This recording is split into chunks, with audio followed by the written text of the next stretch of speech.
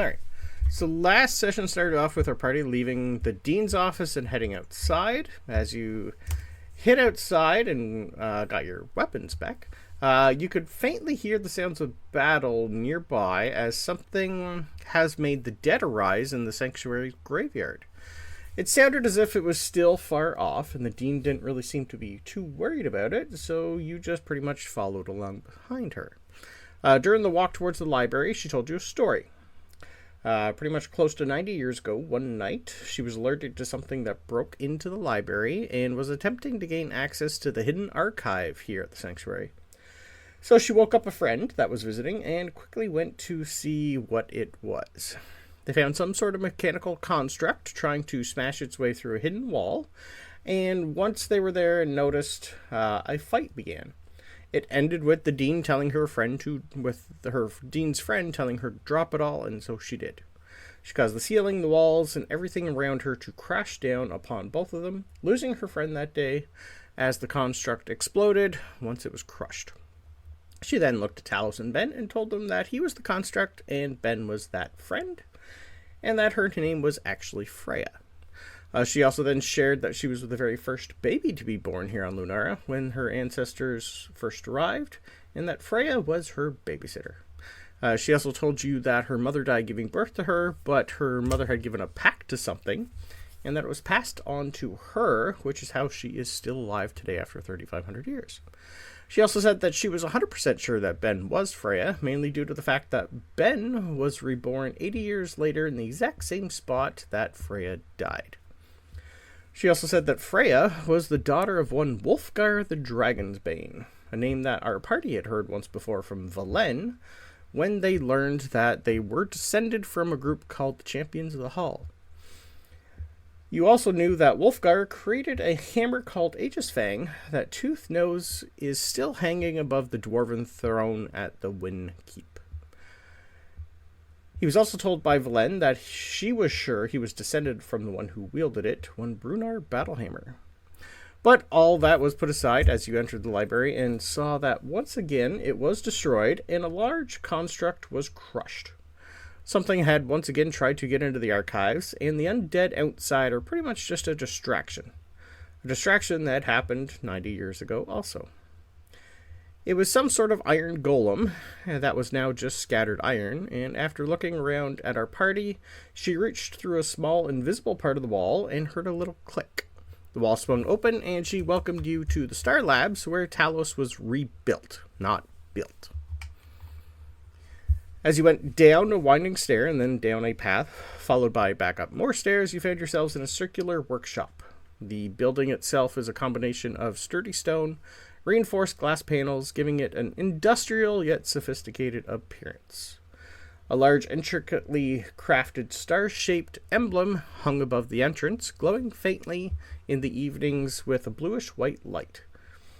The ground floor was dominated by something she called the Creation Forge, a compact but intricate construct of bronze and iron gears, conduits, and runic engravings. You could also tell that it's humming a little, and pulsing with some sort of azure glow. I lost my place. You also noticed one of your old professors for Talos. You were introduced to Professor Krubrick. He looked over at a construct that he was talking to and told it to say hi to you guys. It did, and with a voice very similar to the professor's, went around greeting our party. Its designation was Hal, and it was built to help all Lunarans. It was also at this point that the Dean told you that something was coming and to prepare yourselves. She drew some sort of rune in the air, and our party felt something powerful power up throughout the sanctuary, right as 3 large steel creatures smashed through the windows. The Dean looked at the party and told you to go defend the library, as more were headed there. The last thing you saw was Hal's arm turning into a massive axe, and it started to chop its way through the constructs. At the library, you did indeed find another steel construct and went to town. The power you felt was the sanctuary's lair actions that powered on to protect all these students. And for once, lair action was on our party's side. Construct went down in under a minute, but outside something massive was getting closer, so our party ran to the door outside and heard it roaring. Most of them wished you didn't, as you saw some sort of gargantuan flesh colossus that was eating and vomiting on everything and everyone in its path. It also had a few zombies following behind it. But this was school grounds, so you ran in. It took a long time and a lot of fire before it finally went down, and its inner core was destroyed. Helga and Tooth were swallowed, but luckily to escape at the end. Helga went down for a second, but Ben was able to get close enough to bring her back up, right as Tooth emptied his stomach, which is where we ended and where we are picking back up.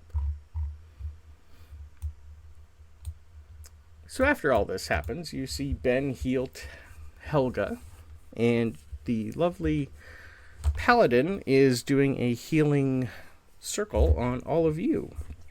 So as you feel your wounds knit together, what are your thoughts? I'll just come out of my hiding place now.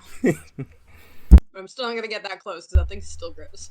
Mm-hmm. It is definitely smelling like whatever was powering it is just turning back to rotten flesh.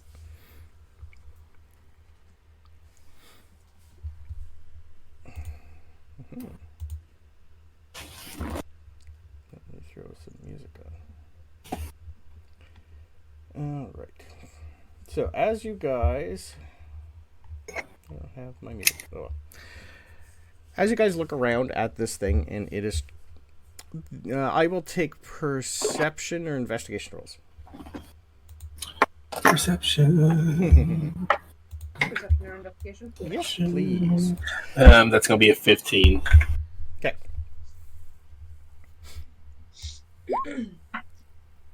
17, 15. Cool. 24. Okay. 16 plus 8. Soon as your lovely combat ends and you just take a moment, take a breath, you notice that the sounds of battle pretty much stop. It's as if whatever this contraption inside this golem or construct, soon as it was turned off and powered off, all the undead in the area just pretty much went back to being dead. And as that happens, you see Dean Magnus put another symbol in the air, and you hear her yell in a very, very loud, clear voice. All seems clear. Professors, do a head count. And then get the cleanup crew out here.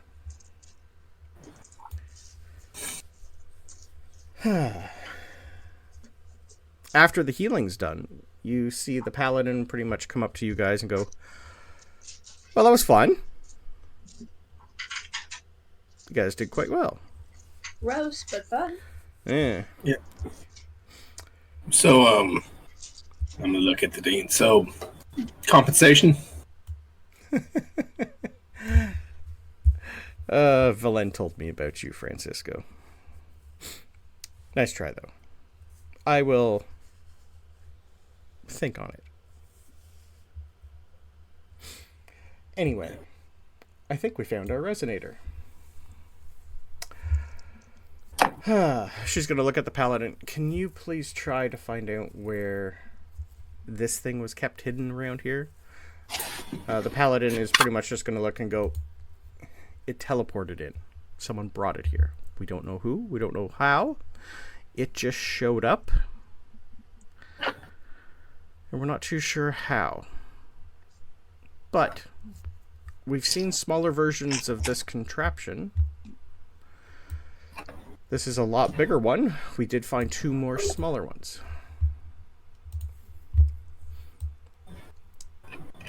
The Dean is pretty much just going to nod at him and go, well, let's hope it's the last one for today. Try to get your fellows here and collect the dead. And he's just going to nod and look at all you guys and go, nice job. I'll see you guys in a bit. I got stuff to do. And the Paladin's going to leave. She's going to look at everybody and point to the contraption inside the golem. This is what... Well, Professor Kubrick's given it a name. It's called a Marabin Resonator. This is, well, the first time we met one, seen one, was, well, the day Talos, you and Freya died. But that one was hidden in a crypt. We've never seen one mobile before. It has the ability somehow to animate the dead within, we're thinking about a 15-mile radius. So whoever created it is quite interesting. We think we know who they are. Resonator? Marabin Resonator. I will Thank you. copy and paste it for you. It's an actual D&D. Did you say 15 miles, by the way? Yeah. Okay. The one in D&D Beyond says 2 miles, but this one's bigger. You guys then notice with your perceptions that Professor Kubrick is coming out of the area that you guys were. He's got the Halbot behind him, and someone that Talos you would know is Professor Silas. I'll show you a picture of Professor Silas.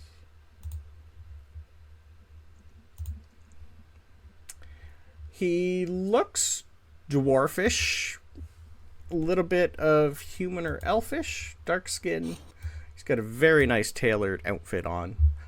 He's got a backpack on with a whole bunch of assortment of tools and stuff, and he's still sizzling a little like he's been electrocuted. Nerd. Since we've been at the school, do we know what he's a professor of? Give me a history roll. Talos knows that he is a artificer like Professor Kubrick.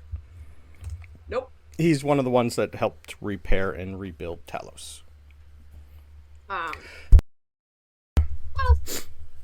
11. Well, 3, but 11. Okay. Maybe in passing the last name Stone, Professor Stone, maybe? Maybe probably not the first name. He's just going to come and look at the dean, everybody, and Silas is just going to come up to Talos and go, "Wow, Baz was right. She did some pretty good work on you. How's it going? It's been a bit." It's been fine. Fine. You always take the entertaining words out of my mouth. Fine. I don't think this is fine, Talos. It's okay to, express how you feel. I know there's not a lot in there, but I've told you before. I know you like to keep things in, but it's okay for once in a while to just let loose.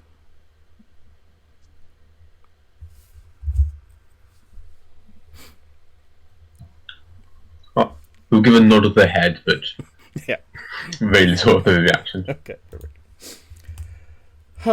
Well, he's going to look at the dean and just say, "Well, Vix is good as he's going to get right about now. It's pretty much in Braxis's hands, so he'll be out for at least a day.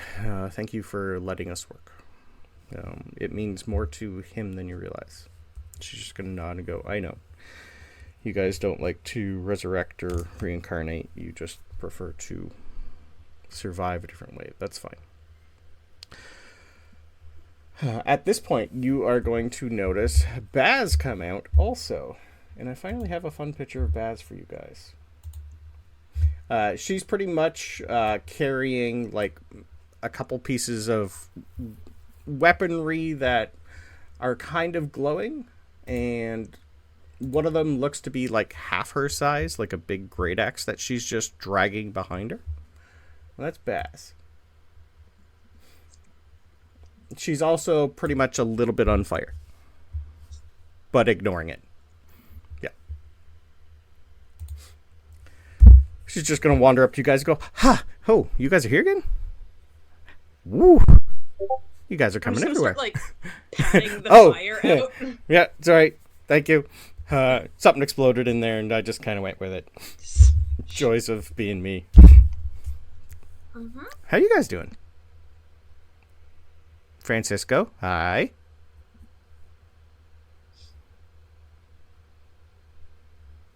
Are you Nice. See you again, I guess. right? It's been a bit.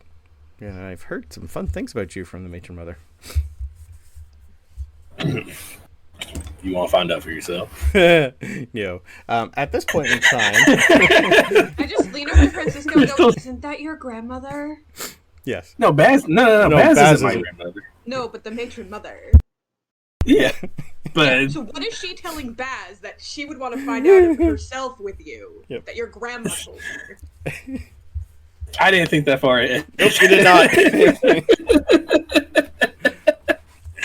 I did not think that far ahead.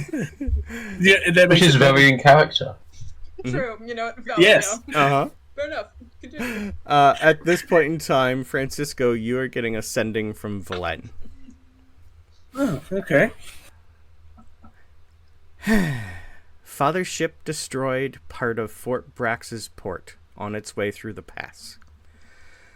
Lost sight of him after that, but we'll keep looking. I'll type it up for you. Yeah.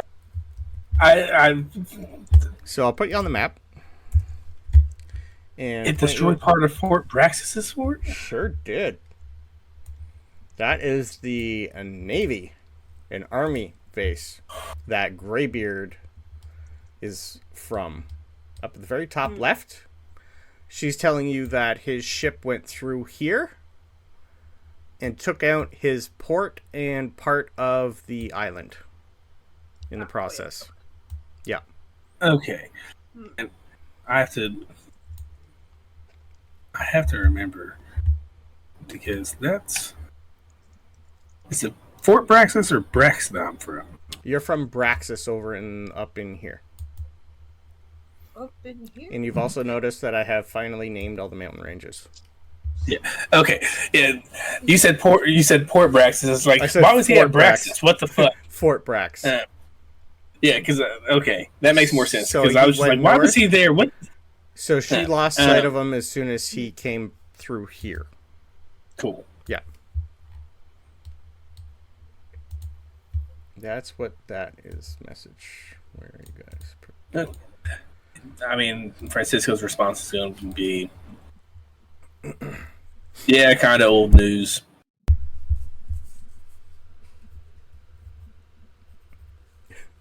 That's it? Did he freeze? Did we lose him? Nope, there he is. Okay, I froze for a Yep, second. there we go. I thought so. Francisco's response is going to be kind of old news.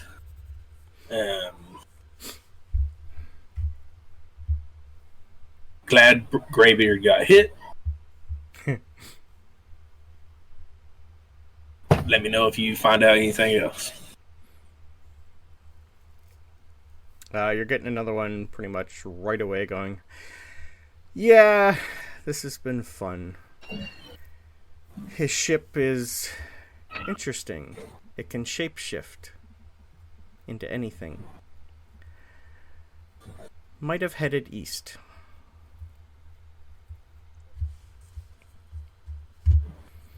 Okay. At the same point, Sabryn, you're getting one. Oh. I never get messages. I know. This is from Alethir, the bard. Oh god. Okay. Hey, so since my troop can't perform back here at our castle, it might be a great place for everyone during your meetings. What you think?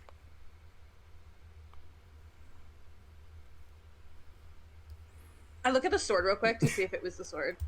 No. Oh, okay. You're getting a ugh because it's still covered in yeah. Well, no, I didn't. Oh, you didn't use it yet. I It's only still hit the out metal, though. so it's yeah. fine. It's still more of it. Yeah. Yeah. Alethir just messaged me.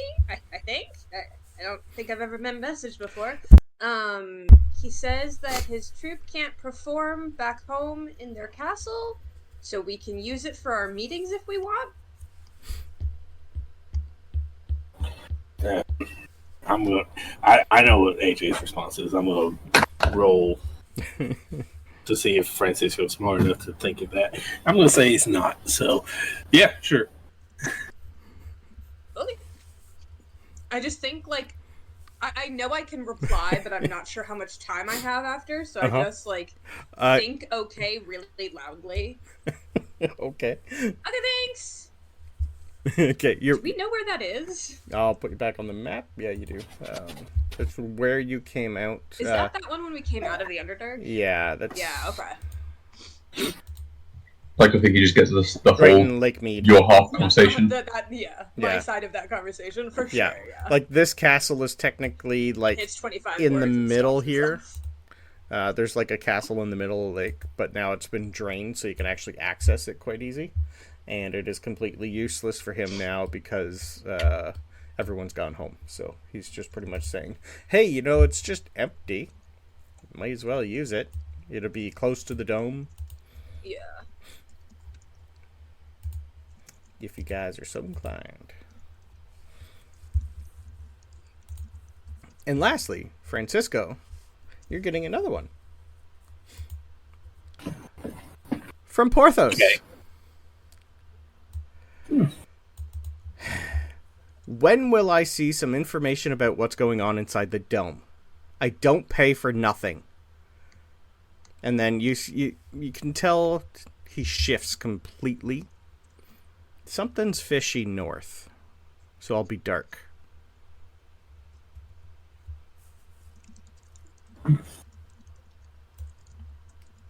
Whenever I get to it. Immediately as soon as you try to send that, nothing happens. You can tell it doesn't go through.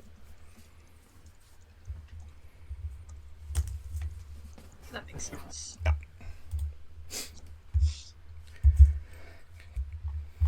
While you're getting that, Talos, you are pretty much having Professor Kubrick, Professor Stone, and Baz come right over and start prodding you. And just like, are you okay? Everything working? Silas is pretty much looking at your new outer coating, looking at Baz and going, Baz, this is... You rushed it. I can tell you rushed this. You always rush things, Baz. Come on. Like I've told you before, take your time, think it through.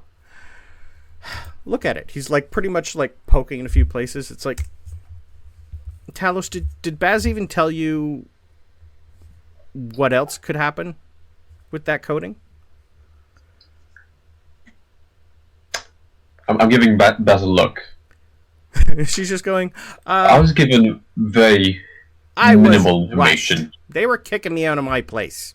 They were sending us everywhere. I didn't really have a choice. And, well, I had the stuff. I had it prepped. He was there. I just kind of, it worked. Professor Kubrick's just going to point and go, watch. And he's going to try and cast Cure Wounds on you. See? Obsidian will not let him heal Baz. We've said this before. I think I can get a workaround, though. I mean, we found a workaround. If we mend him, it fixes him still. It takes too long, dear. And I know you guys are busy, I think is the word that the dean told us.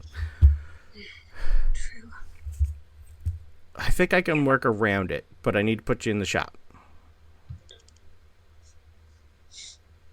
If it's long. not much trouble for you, it's no trouble to me. Oh, good.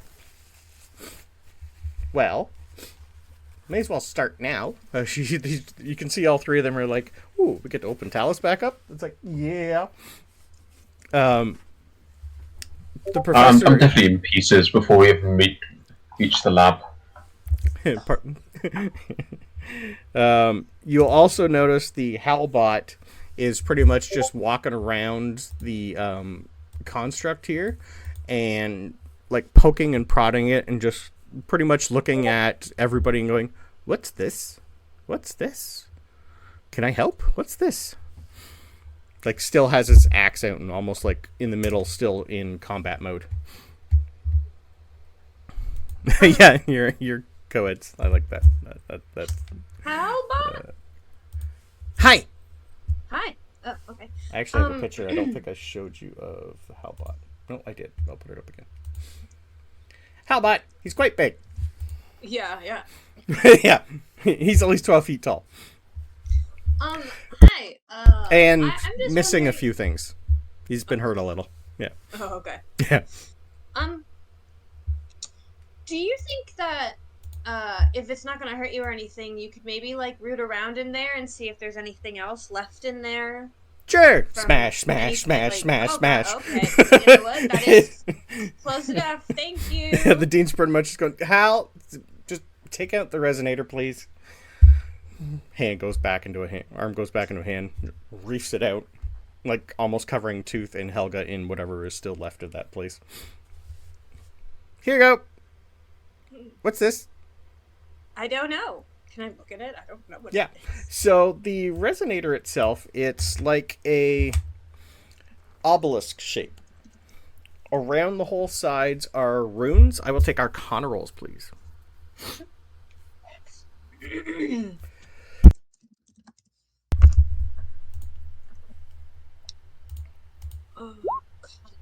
Yes. 25. Natural 20. Damn it. For a 32. Nice. Give me the shit. So even though it's powered off, there's faint magic just lingering. You can tell that one is highly necrotic. One would be like transmutation. One would be abjuration. It's pretty much the necromancy is connected to all of them. It is the central rune that you can see. It is the last one to finally go. And it is pretty much just still faintly trying to connect, but because the whole structure is destroyed pretty much, that it's got nowhere for that power source to go anymore. So it looks like it's been constructed to constantly cast Animate the Dead in a mass area over and over and over. In the center, a little bit loosely, is a crystal about this big that's pretty much was in the center, like it was being held up almost as if it was the power source. But it is pretty much just inert now. Does it seem like just a regular crystal, or is it a specific kind of stone? I will take an investigation roll. Goddamn, do I have that? You do, right? Did I have an item that gives it to me? You should, I do, yeah. If not, Ben can give you investigation? Guidance. Yeah. Does Ben have guidance? So yeah, Ben has guidance. This one's good. Anyone who's looking can give me an investigation, or if you want to. Yeah, okay. Dirty 20. Dirty 20. As you look at it, 17's enough. It's a type of crystal that is extremely rare, and usually if they find it, it usually goes to high mages who can use it to power something like these creations or even Talos. It holds a tremendous amount of energy, and they're usually locked up somewhere safe. They're called an aether crystal. Okay. Yeah. They are extremely rare. The biggest people find is maybe the size of your head. Most are about the size of like a finger. These are natural. They're not man-made, though. Natural. They're found. Okay. Yeah. And in looking at this whole contraption, yep. Right now that it's out of the body, can I just look for any sort of I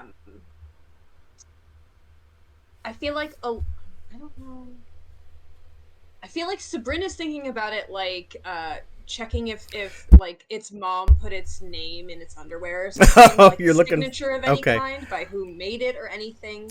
Okay. It's like a lot of people will sign their work. Yes.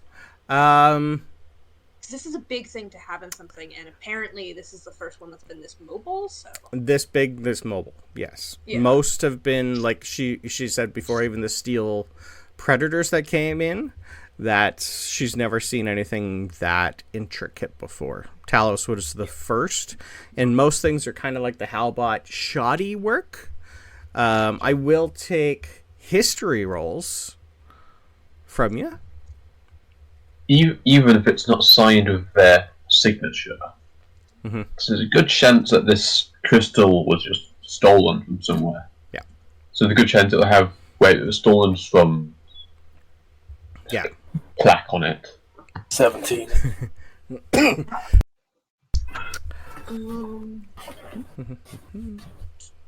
21.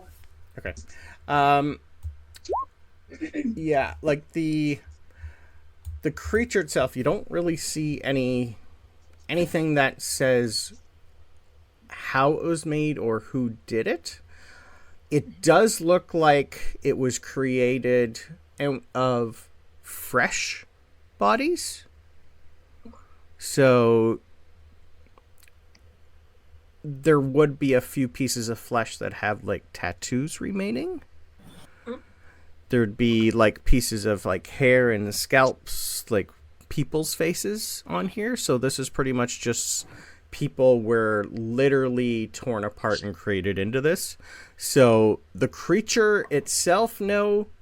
The pieces of it maybe can identify, but they're starting to rot and just like can bubble. I actually look at one of the, or at the like tattoo pieces, because I've now seen 3 different kinds. You know, I've seen the kind that Francisco would do in his from like on the sea sort of tattoo. Yeah. That shop we went to, and then also like my more like holy one. From Drax. Yeah. Can I make a check and see if it seems like it might be from either or any of those? Yeah, I'm okay with that. Does it seem like it was I'll take sailors or something, or I'll take an investigation roll for that one. Or magical tattoos. Yeah, Francisco, your roll, the crystal for you. You know these are used at home. When you say home, you mean my actual? Mm-hmm. Okay. They are used to power a couple of the creations that they have made. Oh. Especially the clock. Okay. Yeah, so these are... I don't think the term battery would exist. These are big power reservoirs.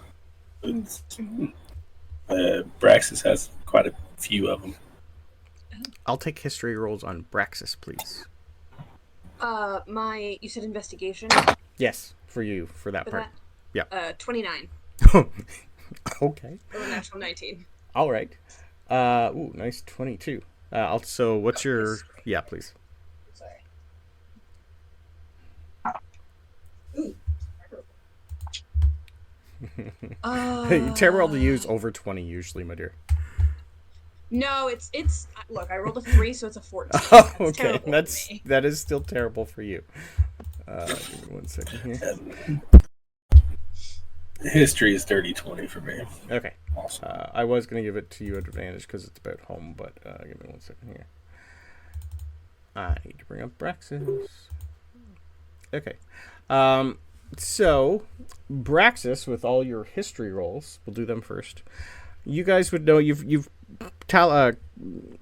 Francisco's the only one who's been there. I don't think any of you have been there ever before. You've probably read about it or heard about it.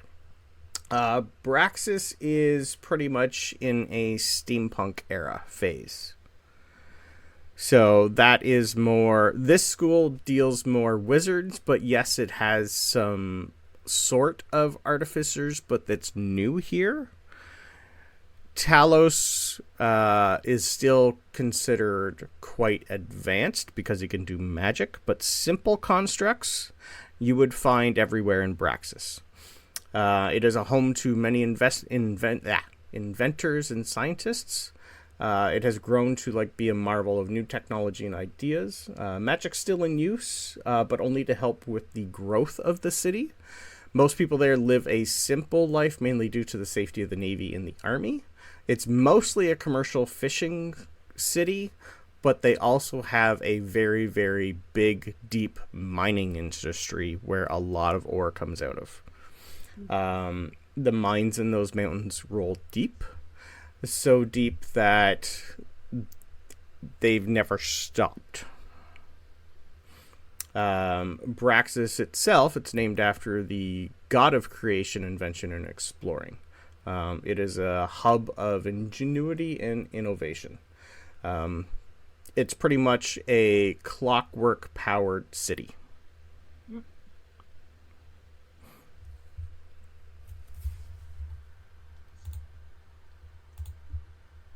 That's what your 29 got you.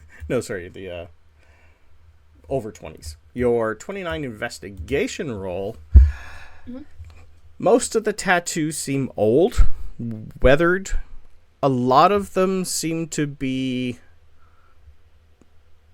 You've seen a few on Francisco, so you would know most of them might have been pirates at one point.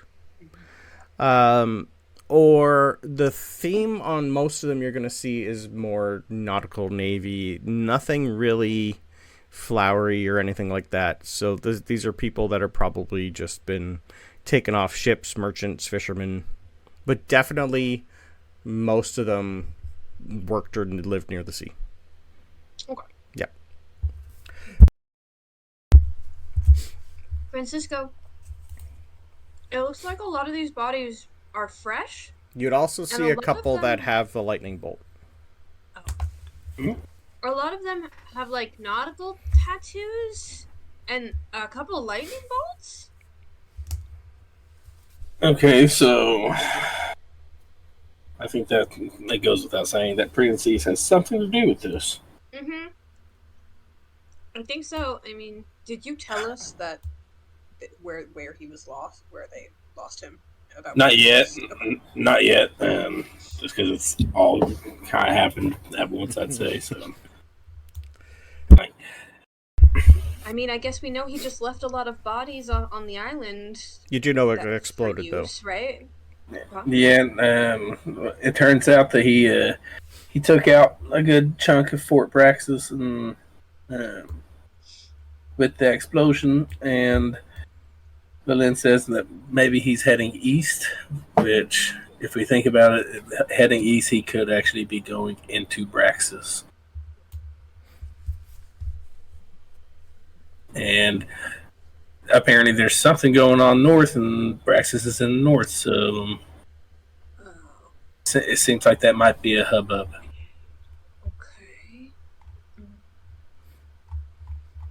After you guys are talking, you just have the dean just standing there going, just a lot of facial expressions. And it's like, okay, right.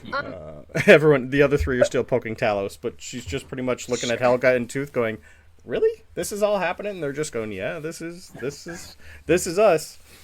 Also, Dean, two things. One, can we get a bathhouse directions for those two? Absolutely. I think they'll enjoy having the bath together. And yeah, Helga's just gonna go, I'm up for it. Two's definitely blushing. And almost pulls down a whetstone and just starts sharpening whatever he's got handy. It's like, I'm not dealing with this. Yeah. Also, alcohol. Oh, would you like my personal stash? No, any bar will be fine. My personal Where's stash. It? That's the only bar around here? No, there's lots. It's a school. You nerds. Come on. I gotta make my money back somehow. Most of the tuition here is free. Alcohol is not free.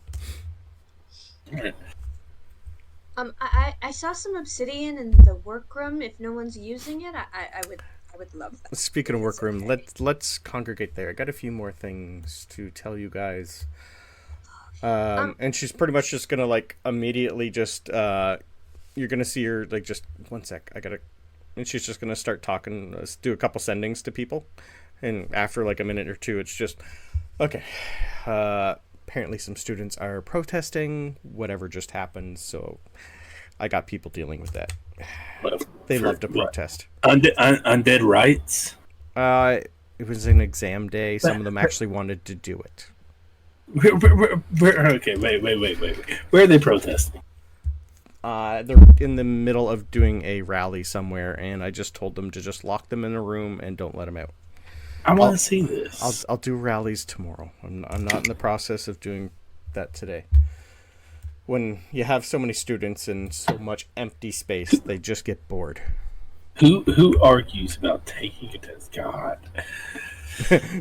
I would assume, yeah, like all 3 students. Ben will put the hand up. Yeah. Oh, Sabryn does not put her hand up. She just point to the school. That too, yeah. Also, I smell something, and I need to go check that my roommate is making food, and not that I left something burning. So nice. Okay. That's fun. So yeah, she pretty much just says, "We'll workshop it." Let's go back to the Star Labs. I still have a few fun things for you, and I think it's time to. Just going to look at Ben and go, I got something of, well, Freya's that I'd like to give back to you. Talos, I think I have something that I think you might be finally ready for. And Sabryn, other than books, I do have something I think I was eventually going to give to someone else, but they have since left, so I think it might work for you. At this point in time, where did I put it? What's your guys' passive perceptions? Shit. 15. Okay. 13. Passive, yeah. I think Talos has a good 21. Beautiful. Yeah, Talos is... Talos, you notice it first. Coming from behind you, where are you guys? You're flipped upside down. So coming from the south, where your Vardo and your Deep Rothy are, you randomly see your Deep Rothy just start coming towards you guys and then stop. Out from the Vardo, you see about a 3-foot tall rabbit folk that you guys would remember seeing when you were inside with Yarn Spinner. He pops out with one of your bats that has a harness to it and a little sled behind it. On the sled is a pile of books. And this creature that you don't know what it is, just starts hopping along, ignoring everybody, and comes up to you guys and hands out a list. Sabryn, hi. My name is Pops. How are you? Pops? Pops. P-O-P-S. Pops. Yep. Hi, Pops. Pops. I'm good. Yarns. Don't step on that. It's gross. How are you? Yeah, that looks fun. I'm fine. Hello, everybody. Good to see you again. Yarn Spinner has smelled books. Here is a list of what we are donating for anything we are allowed to take. Okay. Just give that to you. Yeah, she's just like looking and go. How many people do you have in your Vardo? Yes. Don't worry. What's... You got Faye with you? No. Interesting. No? An 8-foot tall bat and a little rabbit folk. Oh, well, the bats aren't Fae. Those are actually from underground, but... Oh. Yeah, those are just our pets. Okay, Not just our pets. I love them. Yeah, this thing literally, shakes everything off and, just puts everything around you, and Sabryn's pretty much gone. It's Goodbye. I'm hugging mom. And Sabryn's gone just by a whole bunch of bats. Yeah.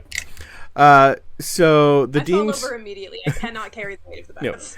No. The dean just looks and goes, an autographed copy of Yarn Spinner's Policies and Procedures book, first edition.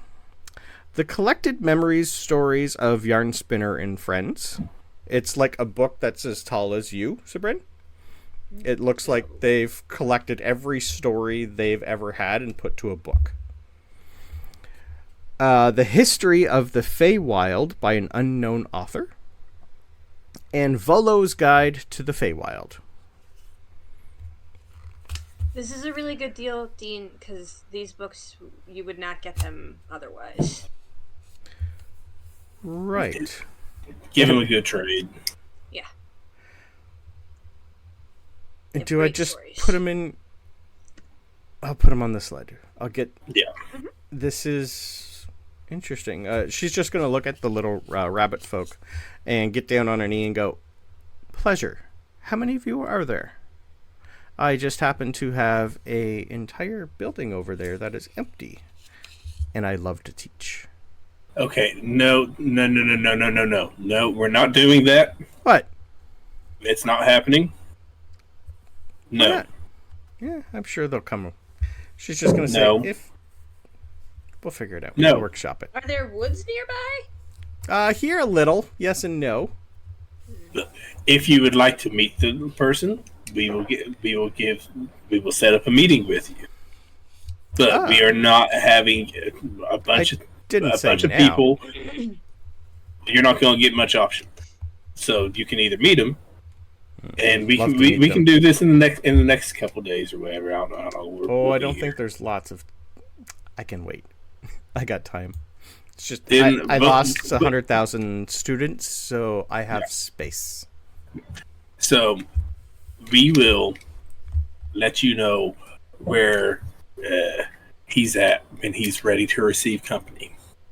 They asked for woods and stuff. They have a specific... Oh, sorry. We're going to go up a little farther. I didn't mean just them. I meant she's going to point towards the dome in the distance. Any of them. If any of them want to come here and learn, I'd be happy to take them. That's a later date thing. Yeah. Something to workshop. I guess we don't really know how much they like learning, like in general. You did see through your vision, they have a lot of children that came through. Yeah. Yeah, but I said like learning. Oh, yeah, there's. I know there is a difference between. Yeah. Before we start an exchange student program, maybe we should get the treaty set up first. Yeah. Yeah, Valen told me something a little bit about that, but I haven't actually got all of it. Anyway, let's. She's just gonna pat the little Hairgon on the head and go, "I will have somebody send you out our curriculum plus any extras that we have." And she's just gonna thank you, and she's just gonna like wave a hand, and all the books are gonna just start floating with you guys, and just we're going to the library anyway. Whew. Okay. You guys brought some interesting creatures. Anyway, while we walk and talk, she's gonna say, She's just gonna like open up her robe and go, "I may as well give you guys this anyway." She's gonna hand you a letter while you guys walk. Talos, you're pretty much being told what's gonna happen.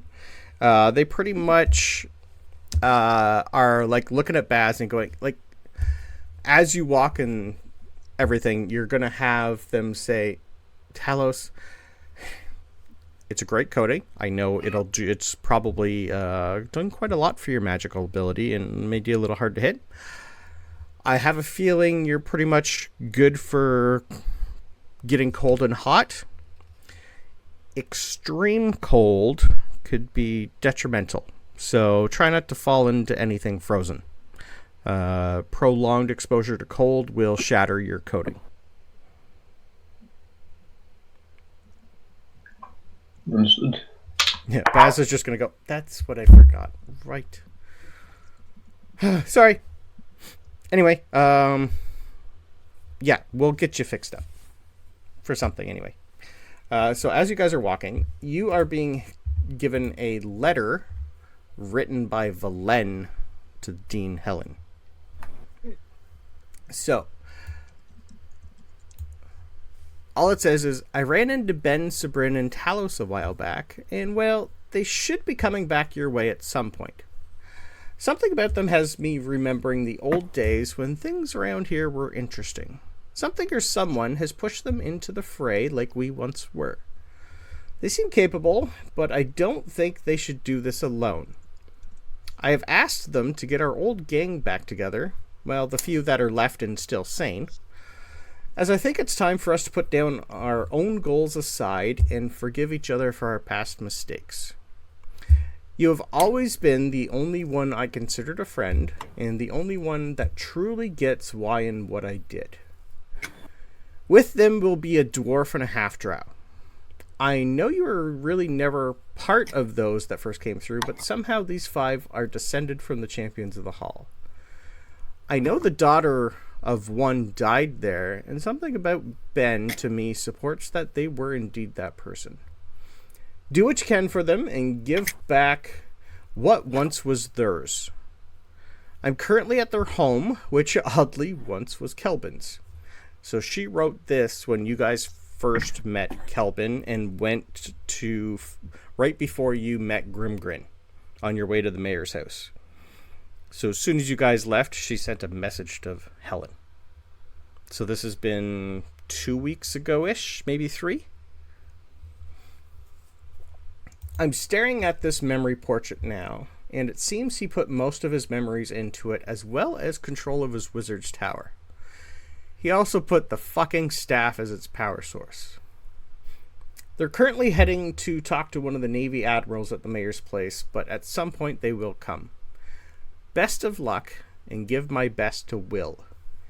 Tell him his eternal grandmother says hi. V.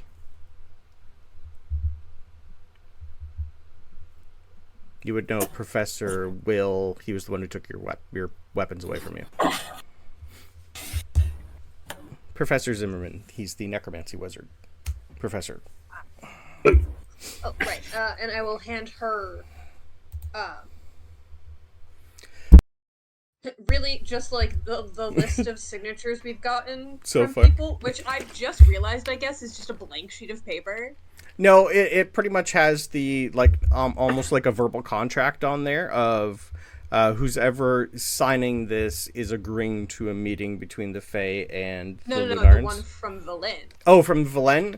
Yeah. That one itself is still it'll still have a because she gave you one that has where people she thinks they are. Yeah.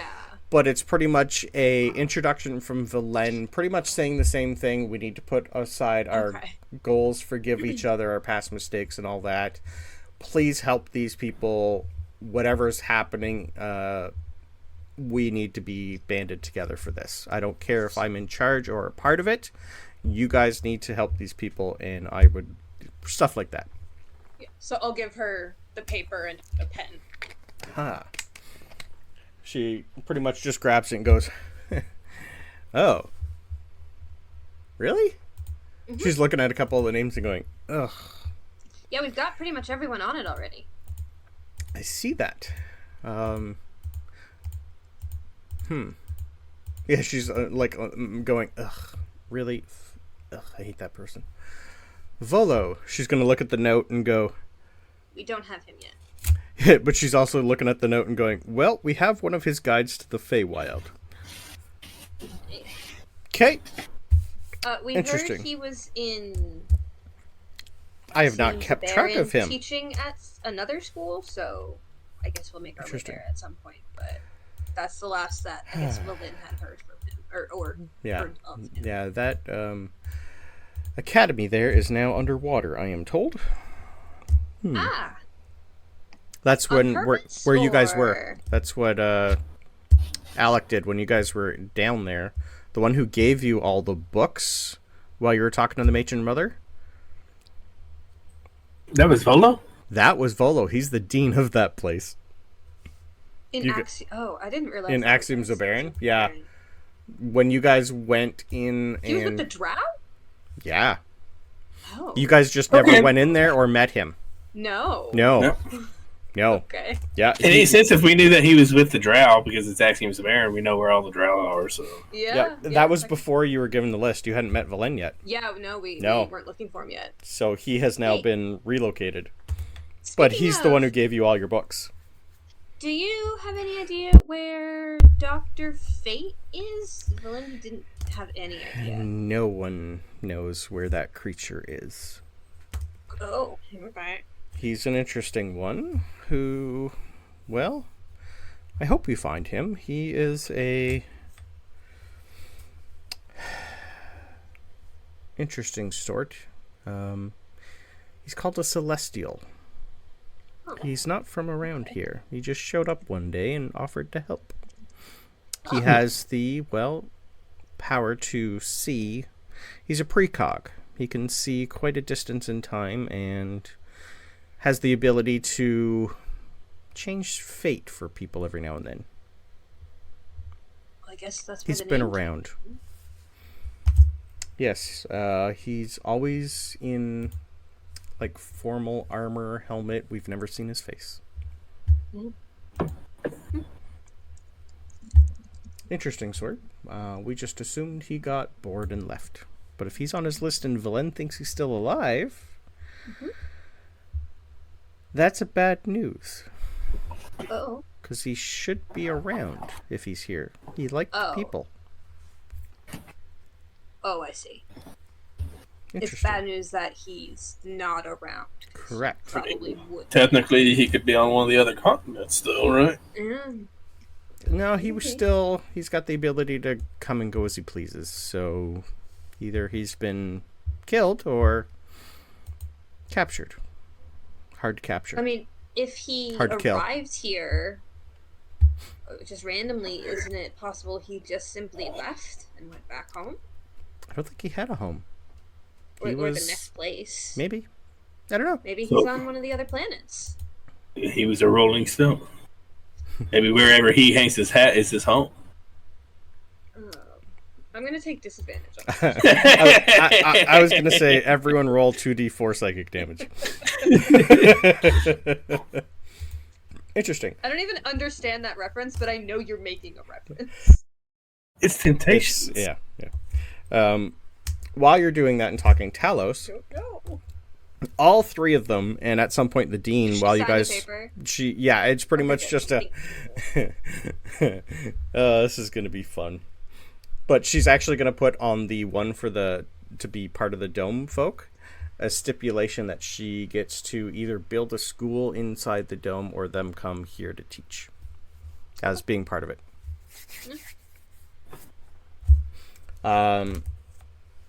Yes. So, Talos, at some point, all four of them are like stopping you and looking at your arm with all your ritual tattoos. And the one that goes somewhere. Most of them are just going, I've never seen that before. It's just like walking, talking, looking at it, pointing at it, and going, do you know what that is, Talos? We've never seen. It's not a known language for us. Which one? I was getting the point. Your teleportation circle. Oh, do I know what language that is now?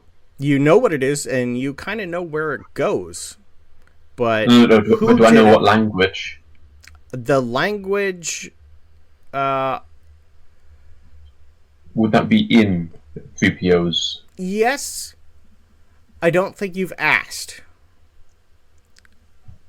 But it is This would be me asking then, because it's a case of them thingies not... Okay, I'm going to type it out for you. Oh. That makes it sound really hard to say. No. Please say it. Not hard to say, but it's more of a Klingon spoiler.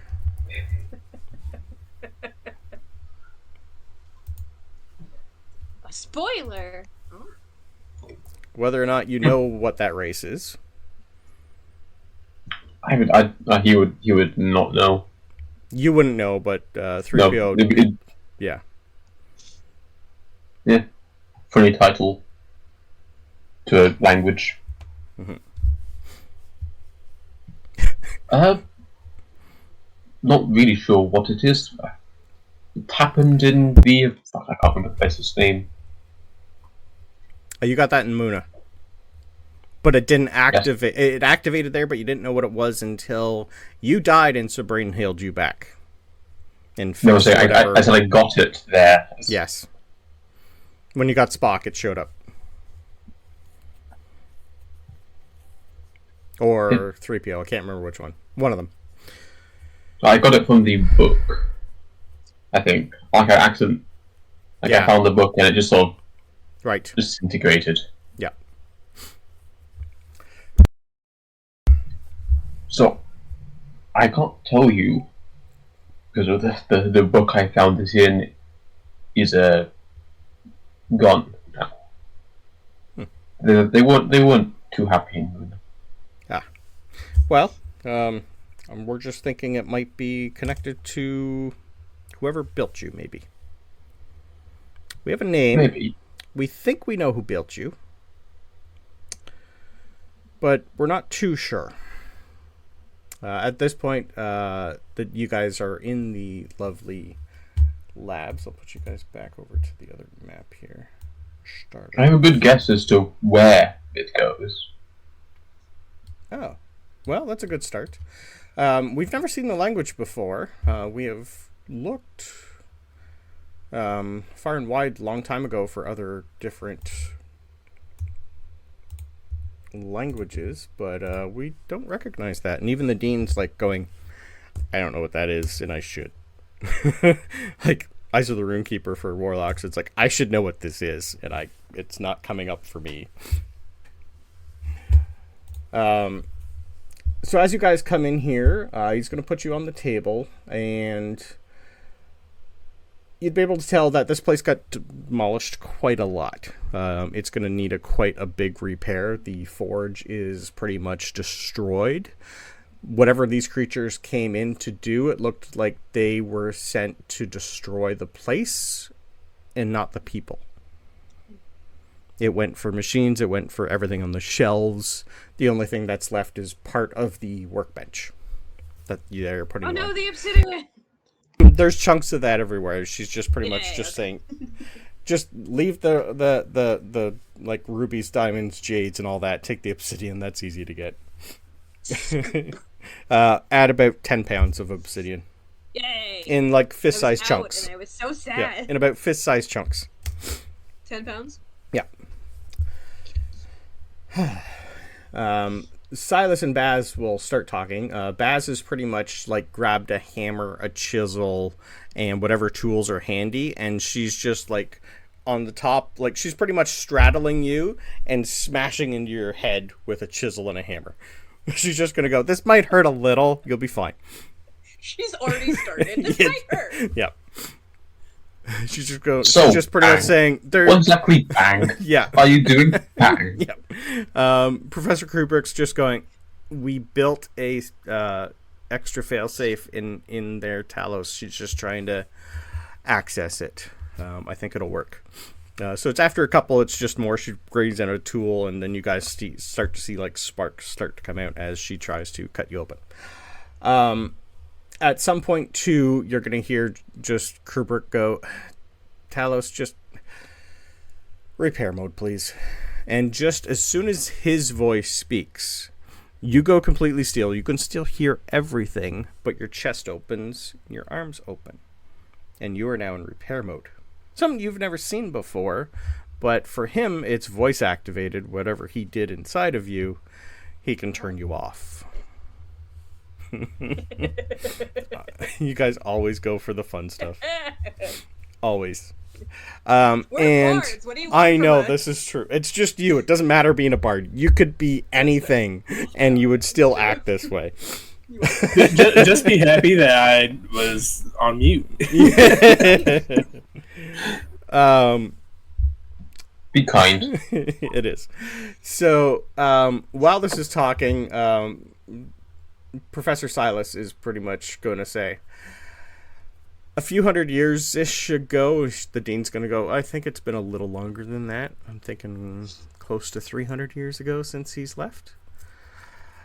Anyway, one of our old professors, who was quite good at the time, and oddly enough, Silas is going to say, we named our son after him.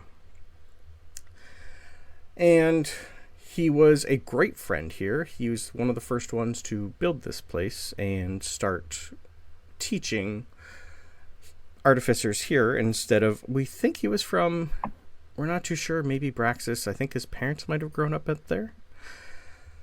I think they were professors at the, what did I call it?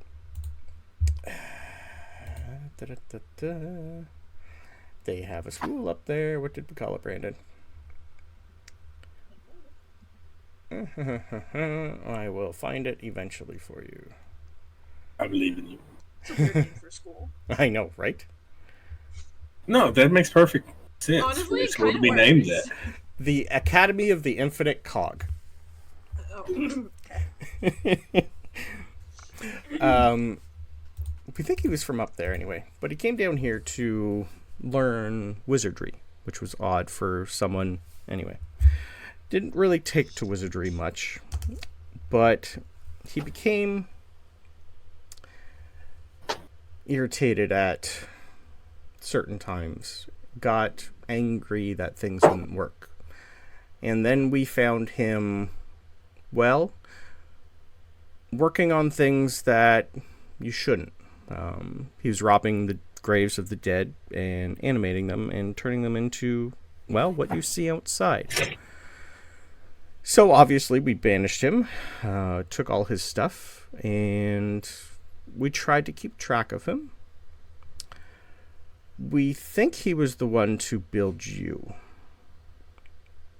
You have signatures on you that kind of are like what he first started to create. You're more intricate, so he must have learned. Anyway, Francisco, you hit the nail on the head last session, and it's a little cliche. But Talos, you were created by Professor Victor Frankenstein. He said it last session, and I just kind of went, yeah, right, yep. Sorry, I just have a question. Hi. You're the necromancy professor, aren't you? No, that was Will Zimmerman. He's not here. He was the first one you met. Professor Sile, all three of these are artificers. So you have either way. Yeah. Yeah. There's a necromancy professor here, though, right? Yes, we have about 5 of them. Okay, so what was like the line that he crossed that got him expelled? Oh, that's well, different than like, because I don't. There's lots Isn't of... all necromancy kind of like, dig up the dead and do stuff with the bodies? No. There's lots of things necromancy is actually quite good for. In certain religions, some people use it to... Well, it is good for... If someone is diseased or poisoned and healing doesn't work, necromancy magic can usually stop that. It's not really the best to use, but in the right hands, like Velen, it's used for quite good. It all depends on your perspective. Okay. Some people, well, most people use it for communicating with the dead, not animating. It is highly regulated. You guys would know it is highly regulated, and most, like, clerics and paladins and some religions don't like it, but it's not something harmful unless used for harm. There's a couple necromancy spells that are actually not terrible. So it all really depends on how it's used. But we still teach it for people to recognize it and be able to counter it. It's everything with learning. You win some, you lose some. That's why we don't have a lot of it. But it was also banned for using it with what he did. And before he left, he did manage to steal a few things from the archive. But he only managed to get a few. And I think when he created you, Talos, he tried to have you get the rest. So yes, I made you Frankenstein's monster. You're welcome. You created a character that was made out of everything. So I kind of eventually went, you know what? Yeah, we'll do that. So anyway, at some point you're going to feel something in your head shift and pop. And you guys are going to notice that Talos has an antenna now. So you're getting Bender's antenna. You are welcome. I want a doing. It's like a doorstop if you like ping it. Yeah. and pretty much just with a gleeful like jump up in the air, and she's just gonna go, ha! fixed it. And she's going to cast Cure Wounds on you, and it's going to work. Don't break it. I don't know if you can mend it. And she's just going to look at the other two and go, see? I fixed it. Now, I'm going to go check on Silas. Sorry, Victor. I want to be there for when he turns back on. I don't know how he's going to take it. Yeah, that one's good too. Maybe I am a monster. I'm going to just poke it and go... Yeah, it's nice and solid. It's about 3 inches tall. I think I preferred not being healed. I'm sorry. Like, it's just more of a... It was part of your original design. It was internal, but it's worked internally. Now it doesn't. I am sorry. If it stays up long. That's the best one of the week. I was just about to ask how big it was until you said it. 3 inches. Would you like it to be 8? Roll D. You got roll D12. Yeah. Roll D12. No. 5 inches. Give him like a D20. 5 inch. I did a D12. We got 5 inches. That's still average. You're fine. I'm not going to be able to go through the doorway ever again. It's just going to be constant. I can take the kneecaps off a little. I'm just kidding. It'd take too long. Anyway, as you're open... If you make him shorter, you can give him a bigger... Yeah. Is that what you're telling him right now? I did this not because of, like, no, it'd be a terrible thing to do. Yeah. Oh no, I just don't have the time. Love it. So at some point, they're also going to be, like, they're pulling out Spock and 3PO. Because they immediately, like, as soon as your arms come, they, like, pop out. And they're just looking at them. They put them back in, they look at it, they pull it out, turn it around. And they go, where did you find... And she's just, Baz is already looking at it and go, I know where we put it. And she's just gone. Right before she could go up, it's like, I know where we have it, I'll be right back. And she takes off. And they just look at these cylinders that are Spock and 3PO. And You can't see it since I'm kind of frozen.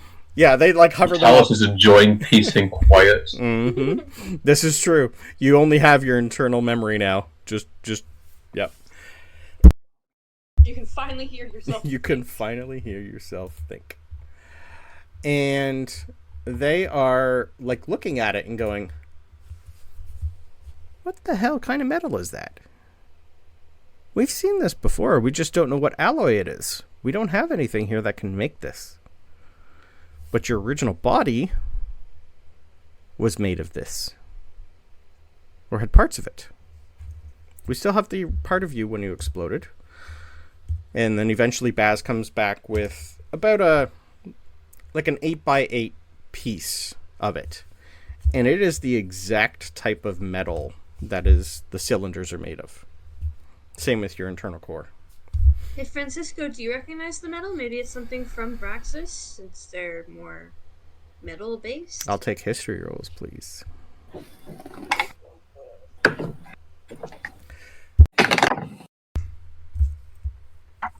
15. Okay. 28. Nope. Yeah, I mean, I came out of Braxis, but It looks steelish, like a type of steel. Kind of like stainless steel, but they don't have stainless steel here yet. This is more of a type of steel that is like 10 times the strength of regular steel. So think more adamantium. But you guys don't have that. Mm-hmm. Yeah. So, and at some point, Baz is going to look at this and go, I think I've seen something like this too back home. It's been a while, though. I've never really thought of it, but I think we have some of this at home. Where was home again? Well, I'm originally from, well, Axiom Zobaran, where I met you guys. I have twin sisters up in Braxis. My old mentor was from there, and when he came and lived in Axiom Zobaran for a while. I've been everywhere. I've been up to the Wind Keep. They have some really good crafters up there, more blacksmith than what we're used to here. But I've been kind of most places, but I'm pretty sure I've seen something like that before. But it's underwater now, so I don't know. I saved a lot of things. Maybe I still have it. I haven't actually unpacked. I was asked to come here. Hey, by the way, a side question, because you were in there. Do you know someone named Volo? Yes, Dean Volo. Sam. Oh, Dean. Get arm. Yes. Do you know where he went? Well... Is he still with the Drow? Yeah. Do you think? Yeah. Should be. I haven't seen him in a while, but he's a recluse. He doesn't really teach much anymore. He's an odd one. Yeah, he prefers by himself. Like, he does private sessions. Okay. Yeah, he's just That's all. Thanks. tall, interesting. He's got a long family history. It's a weird one. Wait, hold on. You start the description with tall? How tall is he? Oh, I think he's like 7'2". Wow. He's a big boy. Yeah. And for anyone really my size, anyone's tall. Is he cute? He's a full drow. Alright, I'm gonna ask this about Fatal. Yep. The notes from Valence said he was human. Used to be human. Pretending to be a drow? Used to be human. Used to be human? Yeah. Okay. Originally was human. Yeah. Making sure I didn't have it written down. I have a picture that you just haven't seen it yet. No problem. Oh, okay. Yeah. We're pretty short. He's fun. Just, he's the type that it's hard to get him to shut up. So most people don't really want to. If you're there for the day. No, he knows a lot about everything. He used to travel, and then he finally settled down and started teaching everything he knows. So he's fun. I never had him, but didn't need him. Okay, thanks. Welcome. She's also you're going to see the dean at some point, just like send a message to someone. She's just going to go, I got Will going to get you guys some things for helping out here. So what's next for you guys? Talos, you are pretty much back together and you can move again.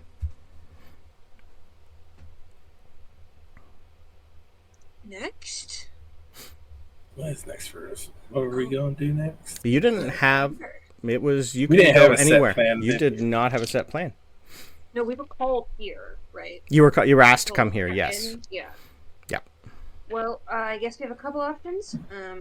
We could go to visit the Drow to kind of finish off our list. We could go up north and check out what's happening with Warforged and stuff. We haven't been to the Dome in a while. We could always go back there. Yeah, I'm getting pestered about the Dome, actually. Yeah. Something about that I need to do my job better or something bullshit. Tooth would definitely say we could probably just fill in our list before we go back. Yeah, that's probably a good idea. We're in an area where we could, I don't know if we should go back there until we get the list done. I agree. It's up to you I guys. can agree with that. Yeah, Helga's pretty much just I go where Sabryn goes. Yeah. Mm-hmm. So, I mean, I don't really want to go there. I kind of want to go there, but we might want to take a stop up where Tooth is from and see if they'll sign the papers, because they're their own separate they're pretty... kingdom. Huh?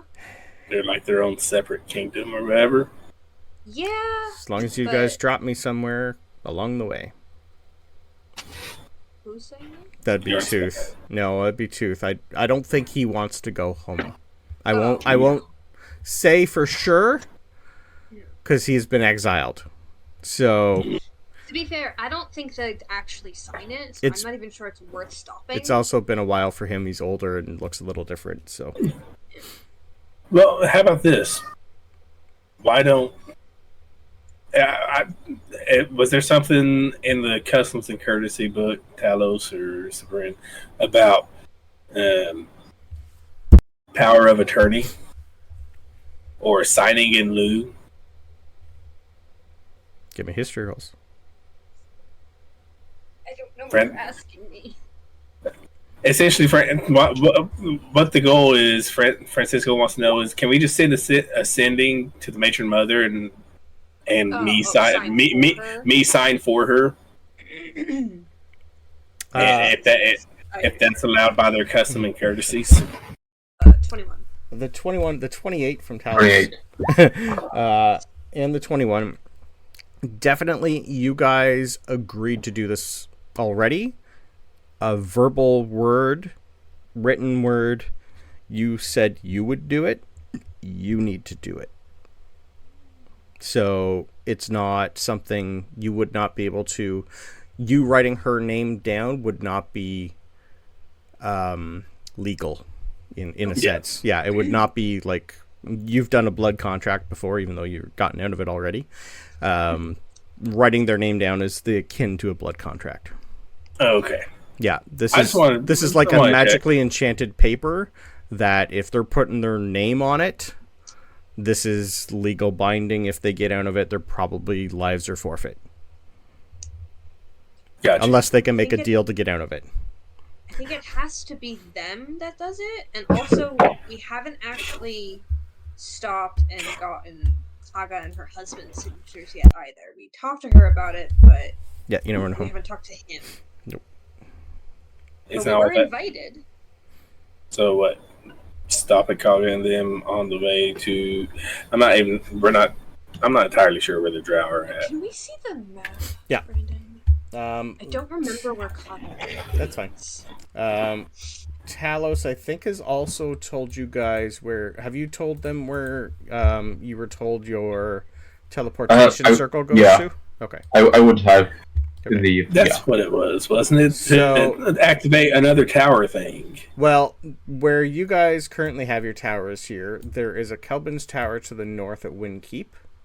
But in the Talon Crest Mountains, in between the Talon Crest Mountains and the Crest Mountains, that up in here-ish is where Talos knows his teleportation circle goes to. Okay. Helga is in Una. That's where she said to meet you. She is located in Fort Una. So she takes care of Una Lake, and Fort Una. Una is home to pretty much like a Druid community, and all the training goes down in Fort Una. Okay. Yeah. And the Drow. The Drow are up in this corner here. Helen's Crest area, weren't they? The Drow are now up here. They're just to the left. They're to the left of the New Hope Chapel in those mountains. Okay. So they're technically near Kaga's house, like in behind the mountains. Oh. Yep. They're okay. That's where they originally settled. Oh, New Hope Chapel. Okay. Yeah. So they're... I thought they were much further north. Okay, so they're like... Cool. And where are we right now again? You guys are over here. But yeah, we can Kelbin's Tower pretty close to them. Yeah. Kelbin's Tower. Yeah, I mean that'll put us. I guess the Drow first because they're technically closer, and then down to Una, which will actually put us right near the dome. Yeah, your other option would be to Kelbin's Tower here and then go north. You'd get rid of Yarn Spinner that way, going north. You'd hit up the extra Kelbin's Tower that you could finally unlock, and then deal with Windkeep if you wanted. What's going on with Windkeep? You have something there that you know's there. You do. You have a book to look for up there. Oh. If you wanted to. That's right. I forgot about that. Yeah. I did not want to do that yet. Okay. So yeah, Yarn Spinner is going to be dropped off near where you have a Kelvin's Tower. So yeah, Volo would be in this general area. Dr. Fate, you have no idea, and Kaga and Kaga's husband are down in Fort Una that you know of. I think we hit up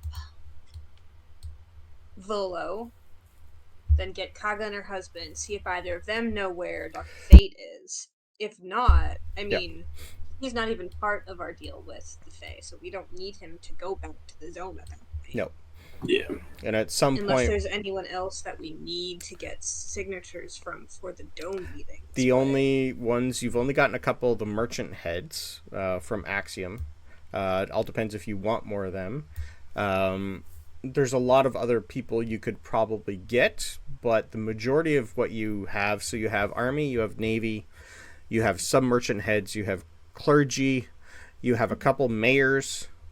So you have like a small little grouping of people that can pretty much take care of the general vicinity of everything. Yeah. And getting Dean, she's pretty much got this side covered. Yep. Yeah, because also this is just an agreement to a first meeting. If we need to add more players afterwards. Yeah. Like, as long as the first meeting goes well. Yeah. Yeah, I have not typed that I think up that's yet. a good plan. There, we can check on it. I haven't typed that up yet because I haven't got the full list of who's all there yet. Yeah. Because that'll be a couple sessions. But yeah, so you do have options. All depends on what you want to do and where you want to go. You do have a few people doing a bunch of stuff. You still haven't contacted a few other people that you know of to see where they are. If you wanted to call Greybeard, you could. You could also call Kaga and have her meet you somewhere. You know she can get around. You have options. We could have Kaga meet us at the Kelvin's Tower near the Drow. Mm-hmm. Mm-hmm. Yeah, you guys can send now with Talos, and you do have a crystal orb to see where people are too, as a reminder. So the Kelvin's Tower near Lake Mead, that's where our house is. That's right? where your house goes. You only have home. Yeah, that's home. Yeah. We can have her, I mean, she's been to the house. Your tower is currently up here. Yeah, we have to go. Yeah, you're a 4-day journey up there. Well, three and a half. To get back to the tower to then take it to... Yeah. Yeah, okay, that's fine. I will take... While you guys are talking, I don't need a roll for this. While you guys are trying to figure out where you want to go, the Dean will say, I do have a private teleportation room if you need to go somewhere. I don't know how you guys would get your Vardo through it, though, but I do keep it's one... Okay. Our house is nearby. Oh, we okay. can move it places. Oh, right. You have Kelvin's fun. The tower, yeah. Right. Try to keep It's a mobile home. He was an interesting wizard. Speaking of which, you hear the sounds of feet coming behind, and you guys will show up, Professor Zimmerman, with a long wooden case. I got what you needed, Dean. They're covered in dust, but one of them has been here for quite a long time. I don't know why you want to part with it, but anyway. Hi, everybody. Do you know what Will looks like? I don't have a picture of him, but he is pretty much looks 30s-ish. You guys would know that he's fairly new. When maybe 10 years ago, he just finished his training and then became a professor. He's quite young. Dark hair, human. Doesn't really look like Velen. But yeah, he's like average everything. He's only like 5'5". There's nothing special about him other than the fact that he's got nice robes on. And he did his training. Did he do his training here or somewhere else? Here. Okay. Yep. So you've known him for a while. Yeah. Okay. Definitely. You probably never. I don't know. Remember how long you were here for Sabryn, like learning wise. I don't know if we ever hashed that out. Ben's been here for 10. Talos has been here for 56 or 7. That I know of. That you know of. It's been 80-ish, almost 90. I will also take straight wisdom rolls. History or... we'll do history or a straight intelligence roll for all three of you. History or straight intelligence. Or... Not good for Francisco Day. 26. Beautiful. Oh, man.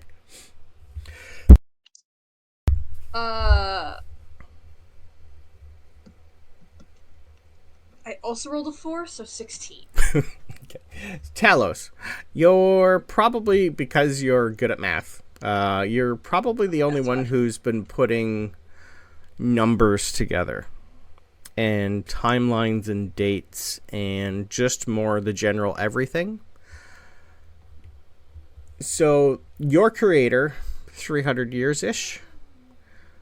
Francisco's father leaving, 250, 300 years-ish.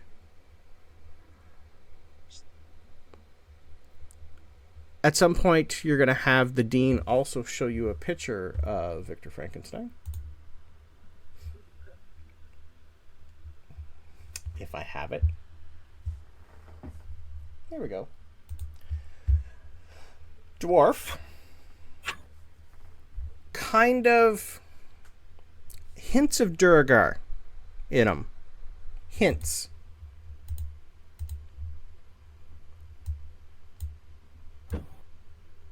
And once she creates an image of Vic for you, now I'll also take history rolls again at advantage. Advantage for Yes, everybody. 18. I got double 17s on that. Beautiful. History.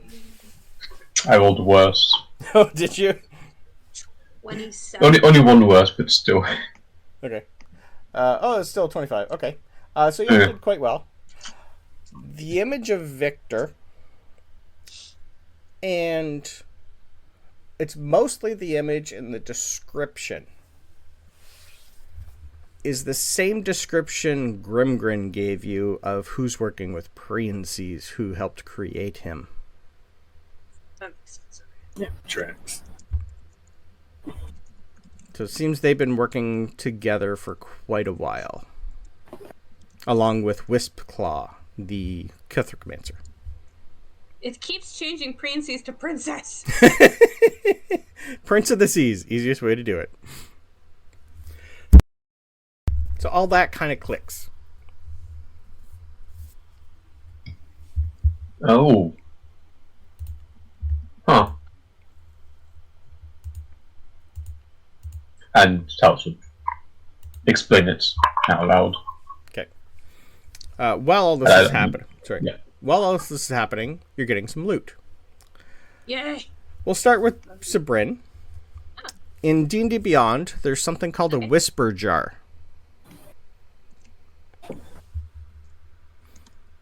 And she's going to hand it to you and just say, this is for all your troubles. It has been in the archives.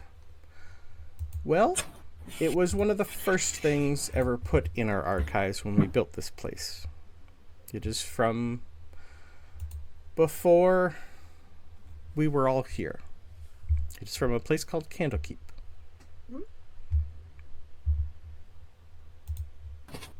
So this jar, I've rolled a D. It's at a 3rd rank. I rolled a D4 to see what rank it's at. So this jar has 8 recordings on it. A live recording of the only performance of the mostly forgotten stage play Tabaxi on a Hot Tin Roof. So you can listen to that anytime you want to. You can speak. You can open it up. It looks like almost like a hookah, almost like a mini hookah.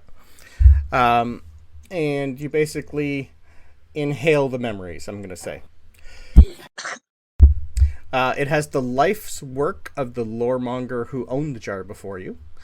Every courageous thought you've ever had to cover how scared you are the most of time. So it's like reliving stuff is in there. Everything, because everyone else around you will eat their words one day. Just someone said that and recorded it in there. It's pretty much a recording jar. The top 7 places to eat fried rat skewers in every settlement you've ever visited. The entire family tree of every royal line extinct or lost in Faerun. All of them. That could be useful. Up until the point the portal opened and came here. Yeah. So you would have every single dignitary, every one of importance from your entire ancestors' history is in this jar. That could be interesting. A moment-by-moment review of your favorite Jim Darkmage stage performance. The sound of raucous applause which you play back liberally. So basically you roll a d8 and then you get that recording. I think that one only happens once per day? I can't remember. Second rank, it's called the Whispered Encyclopedia. At rank 2, your Whisper Jar becomes an uncommon magic item that can tap into the border lore so this is from Acquisitions Incorporated. Yeah. As a bonus action, you ask the jar for information on a specific subject. Intelligence roll. On a success, the jar plays back the recording on that subject made somewhere, sometime, yada yada yada. Third rank, it gains an additional power and becomes a rare magic item. As an action, you can cause the jar to function as a wand of enemy detection, whereupon it whispers the direction of foes within range. It's only once per dawn. Eventually, it will unlock to rank 4.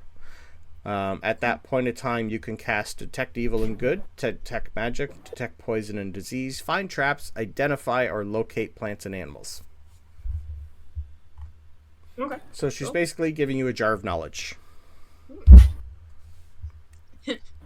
I get all that information, and the first thing that I log is the rat's location, because that feels like something he would want to try on a tourist trip. Yeah. Cool. I wish Ben was here for this. Who was this going to go to? Because you said that it was for someone else, and then they left. Who was it? Oh, she's just kind of in your head. It's going to be a little sensitive subject. It's one of Ben's kids. Sabryn just gets a little bit of an eye twitch for a second. Okay. You're also getting I don't know if it's time or not, but Freya was married and they have an abundance of adopted kids. They have an adoption agency. Her wife is still alive. Don't tell her yet. We'll workshop that.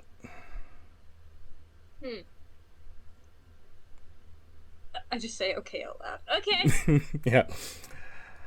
Ben is getting a flying broomstick back. Ooh. That's funny. So she basically just opens up the crate and goes, "This was Freya's. You may as well have it, Ben." So Ben now has a flying broomstick. And Ben goes up. Yeah, pretty much.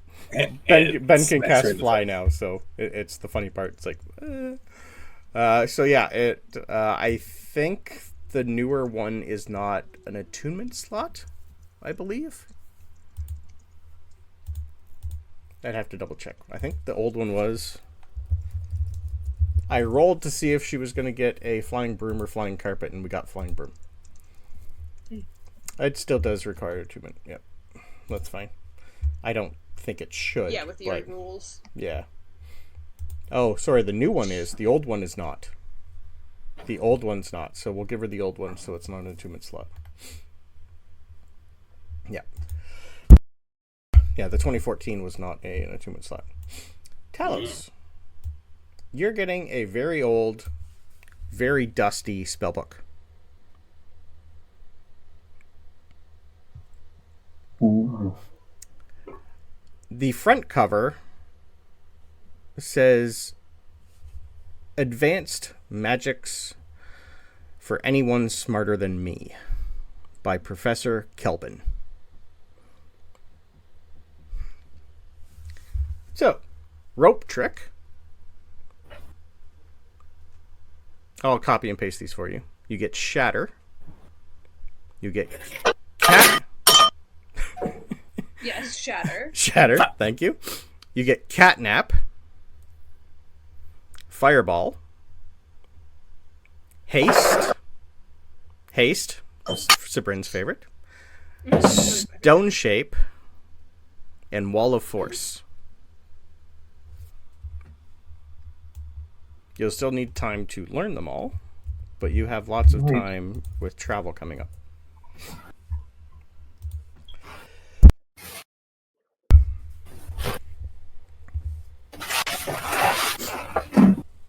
So yeah, Rope Trick, Shatter, Catnap, Fireball, Haste, Stone Shape, and Wall of Force. At the back of the book, pretty much says if you're smart enough to find the second book, you're smart enough to use it. That's so a book inside a book. Yeah. It's so Kelvin. It is old. It is dusty. She's just going to say he used to teach here before he passed, and this was left in his room. I think it's fitting you have it, seeing as you have everything else he has, apparently. Well, the house is mine. That seems like... Tell him I said hi. Thank you. You guys did good work. Anyway, I have a lot to do, and I finally have a lot to repair. I didn't want to repair the library for the just in case, but I think now I know why I left it there. I think it was important you guys saw that. Plus, the masons that are going to come and do most of the work aren't here yet. Anyway, I rarely get to enjoy watching students grow as much as the three of you have over a short period of time. So I'll say what I usually say to all my favorites. Ignore the ignore the normal. Stay weird.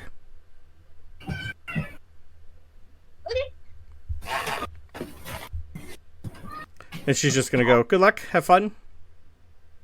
Whatever you want to do. Keep in touch.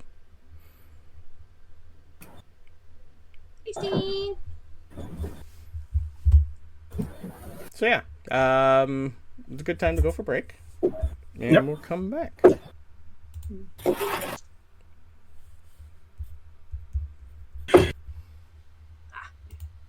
So, at some point, she's pretty much left, but if you brought up the fact that you wanted to study a teleportation circle here, she would definitely just show you where to go. Or tell you where to go. It's like, this room she'll just basically give you. It'll take like 5 or 10 minutes to get there. It's pretty close to where you guys currently are near the Star Labs. When you guys finally hit outside, you will notice like pretty much piles of books are in front of your Vardo, like a couple hundred of them. And just immediately they just kind of all vanish. And just a collective from inside the Vardo. And definitely a thank you. Do I still have the bats with me, or did they go back? It went back. Yeah, it's not hanging around. You keep them up for a few hours. Yeah. You definitely tell they are fully mature. Yeah. Massive now. Yeah. Did you say that should take them a few hours? Yeah.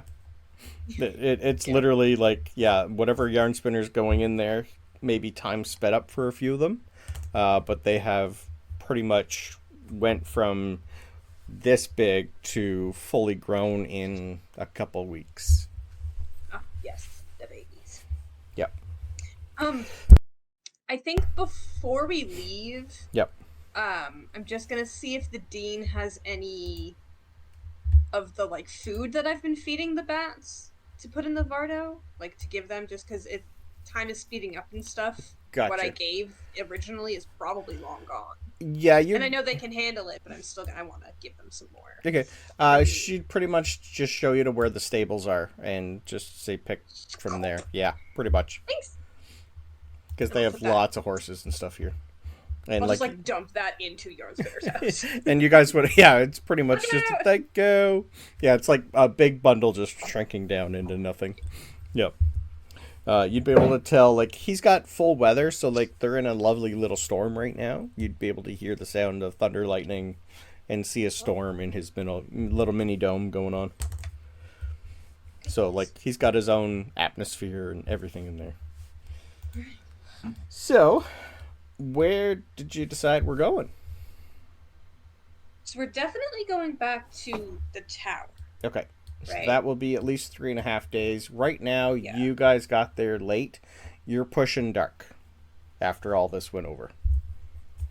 So you could stay for the night in your Vardo or anywhere here. Hit up the bar if you like. She'd be able to give you lodgings if you wanted to. Yeah. I'll hit up the bar with Francisco. Okay. Sure. Yeah, she's pretty much the guest area, so she's going to let you guys go back to where she is, and pretty much is sticking Ben in where Ben originally stayed. Helga, I know that you want to probably come with us to the bar, but I've been to this school before. I don't think it's a good idea to leave the Vardo and anything in it unattended, because they're all pretty curious here. So I think you should stay here and guard it for the night. She's like staring daggers at you and going, Tooth can do that. I'm with you. You can do that. I've said this before. I go, you go. Why don't you and Tooth guard it? We've gone over that too. Not till the job's done. I'll watch Sabryn. It'll be fine. We're just gonna have a few drinks. She can barely get drunk anyway. Yeah, it's true. I can't. Can I have a persuasion roll, please? Yeah. Am I assisting? If you would like. Yeah, good. Good. I needed the assistance because the first one I rolled a 5, and the second one I rolled a 10, and my persuasion's good as fuck, so 22. Okay. We have the same persuasion. Yeah, that's close enough. She's pretty much just gonna look at Sabryn and go, call if you need me. Mm-hmm. And this is in your head. Oh, yeah. You have till 11. Then I'm coming to get you. She's giving you a curve. Probably like 8 o'clock-ish. You got 3 hours. I'm gonna come back anyways. And she's giving you a curfew. finish my book, maybe. But, so I'll be back. She's definitely just gonna like take off like pretty much her flail and hand it to you. That's just in case this guy gets handsy. I'm not trying. I'm not stirring Sabryn. Don't worry about it. Good. I can't. Just in this case. This is really heavy. Cause I'm just like she has a sword. Yeah. She has a sword. And have you seen her use it? Yeah.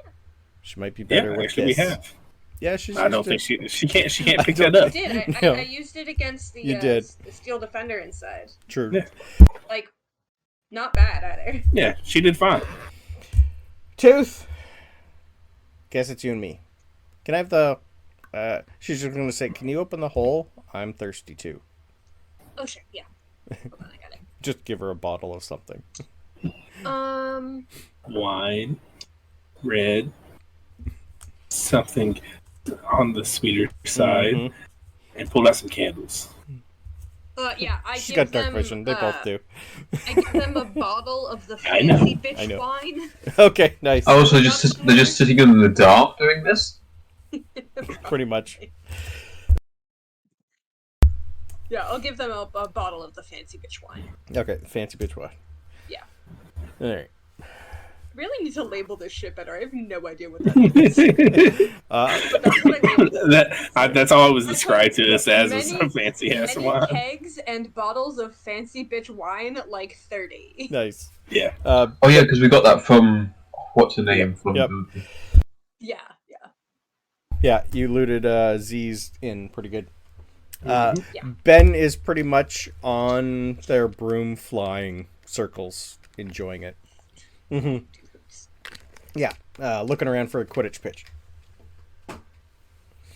Actually, the Harry Potter brooms, I think, are much quicker than this thing. I think they are. Maybe, yeah. Because I'm pretty sure they can hit like 200-300 miles an hour. They're pretty quick for the newer ones. That newest firebolt.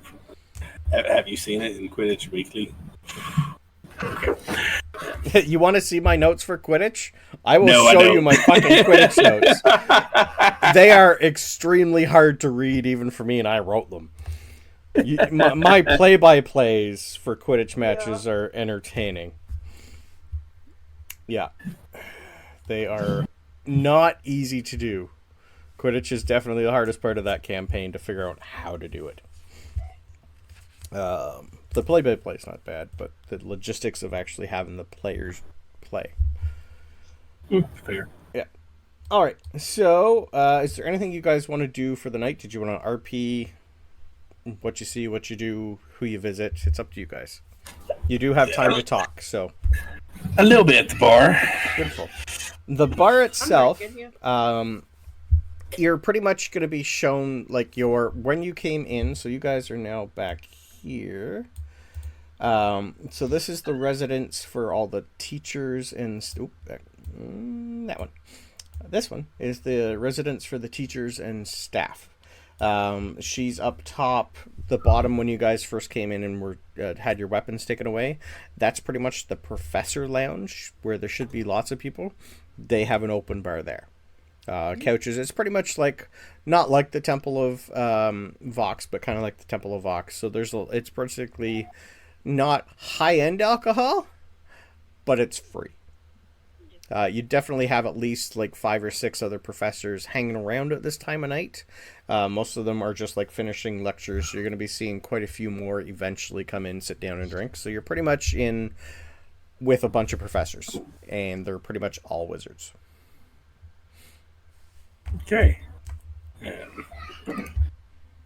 Well, Francisco, I'm totally rolling. Did Perception. Talos come in with you, or are you staying outside? I think Talos would leave them to it. Okay. Spend the night like going through spells, working out which ones to Beautiful. You can. What to do. Excellent. If you want to copy all of them, by all means. I'm just gonna go get some drinks and watch Francisco flirt with the co-eds.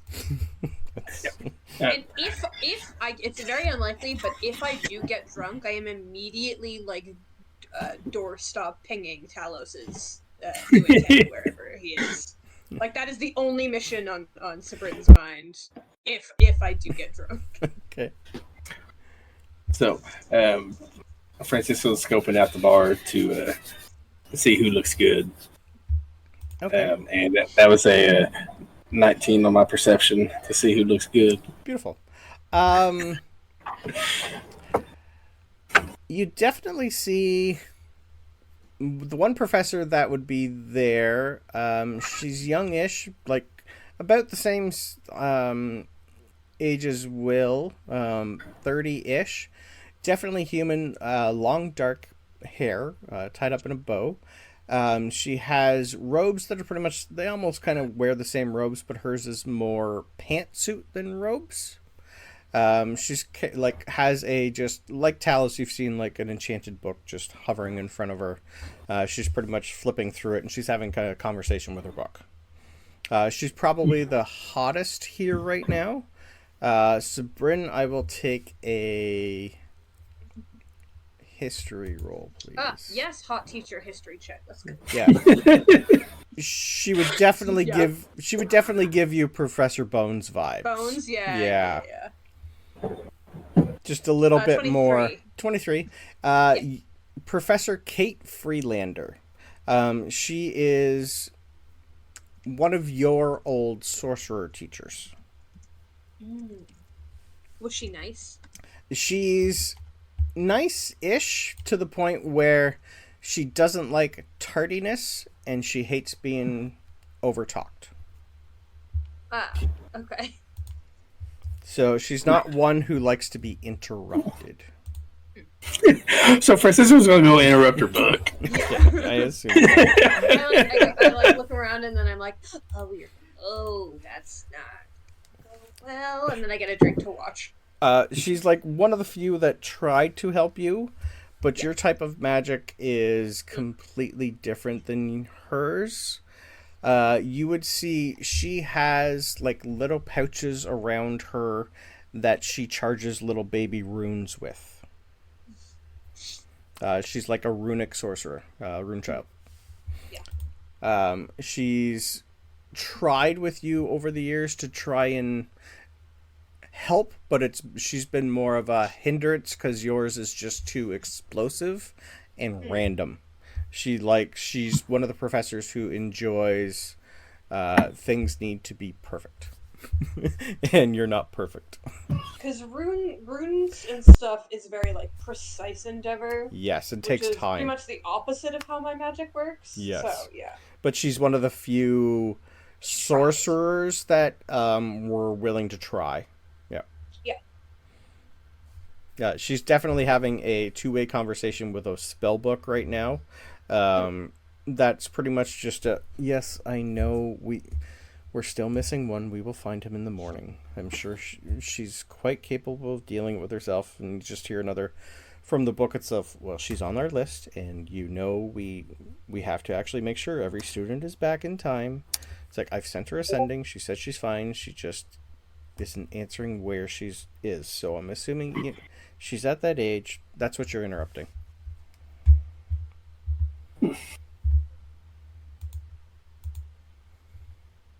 Fancy a drink? Does it look like I need a drink? And she's just going to conjure one in her hand. Hello? Yeah. You are not from here. I can tell by the outfit and the weaponry. No. Well, not many Drow here. We're just passing through. And you are? Francisco. Professor Kate. Pleasure. Sit. She's just going to look at the book and go, close it. Okay, you seem like a breath of fresh air and hall full of nerds. She's going to look around and go, asshole. Definitely a nerd. I don't know what he is. Sabryn, why are you waving? I started looking around, so I waved. It's pretty much Hi, Professor Kate! Excuse me for a second. She's going to stand up and go to Sabryn. Oh, sorry. She was Sabryn. looking, I waved. She's seen you, and you're more important than he is. It's just more of a, excuse me for a second. Sabryn, hi. Hi, Professor. Why are you here? I had a meeting with the dean. We're very important people now. Francisco and I. Oh, you're with I him? just kind of wave Francisco over. Well, why don't you come over with us? The couch is more comfortable. Okay. I grabbed Yeah. Talos, did you come in with us? Sorry. No, he did not. No. Okay. Just make sure. You never drank before. This is new. You don't need it. Me? Yeah. You didn't really start drinking until you met Francisco. Yeah. Okay. Well, not the best constant. Yeah, but you know what can happen. Especially okay, but here's the thing. Nothing bad has ever happened since I left the school, so I think it might have just been the school. Good insight check.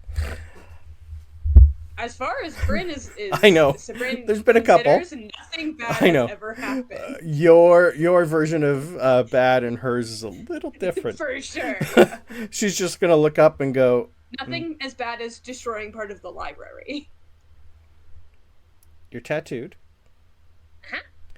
You're in armor. You have a lot more magic on you. I'm not in armor. You're in, well, better clothing, I should say, than you left. Yeah. Yeah, you look older. Like, she's pretty much just going, you've grown. Well, I don't look older, but I do look... Yeah, not older, but yeah, it's just more, you carry yourself better than you did before. Yeah. You're, in her eyes, no longer a student. Mm-hmm. I've That's learned a what lot you're from getting. Francisco. Are you good at playing that? I assume you have a flute on you? Yeah, the flute would be like... Interesting. I'm still learning. I'm okay. I'm not as good as Francisco with his instruments, but I'm learning. So you sing? Me? She's looking at Francisco. Oh man, I was totally hoping you were trying to get Sabryn to sing. Yeah, I sing a bit right now. We don't get a lot of that around here. She's just gonna pretty much throw the book away and put her feet up, reach into her. Chuck it? No, it's just set it down. It's I'll deal with him later. To her, it's a person, not a book. Mm-hmm. Yeah. It's just more of a, I'm not dealing with you right now. Yeah. We'll deal with you later. Interesting. She's got what you would think is like bourbon. And then she's going to pull out a stogie. Put her feet back up. Look at the stogie and go, Francisco's so turned on. Put that away. And then she's just going to like pull out like a pipe and some tobacco and go, this is better for a song. Okay. Sabryn, would you like any? I don't know if you smoke. I don't smoke, but I'll take some of the bourbon. Some of the what, sorry? Bourbon. Oh, the bourbon. Okay. She's going to hand you a drink, and she's just going to like give you a little handful of tobacco anyway, just in case. It is definitely not tobacco. Is it weed? Definitely. Straight up weed? Yes.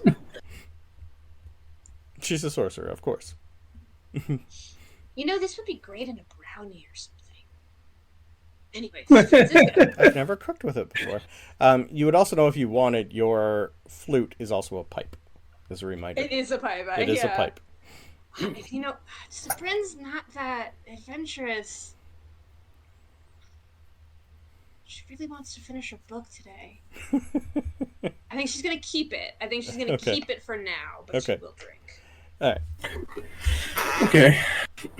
So, she's just pretty much looking at you. If I'm going to listen to something on a night after tonight, I need to be a little not me.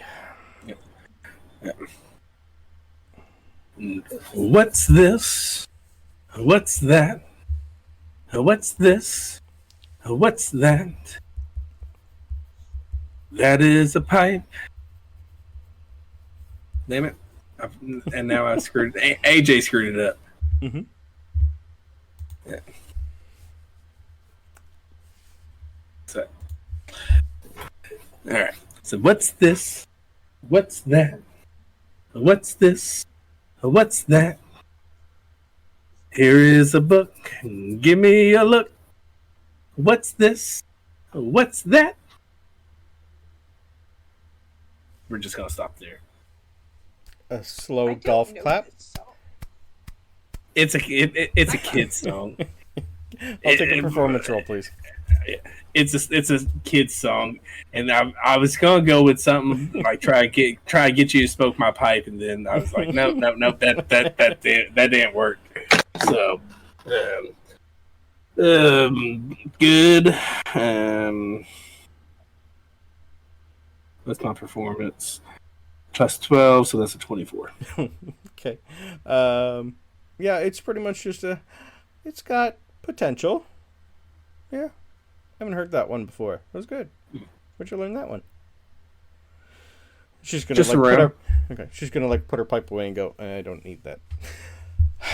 Not for that. It's just like around. The vibe I'm gonna give Francisco a bardic inspiration.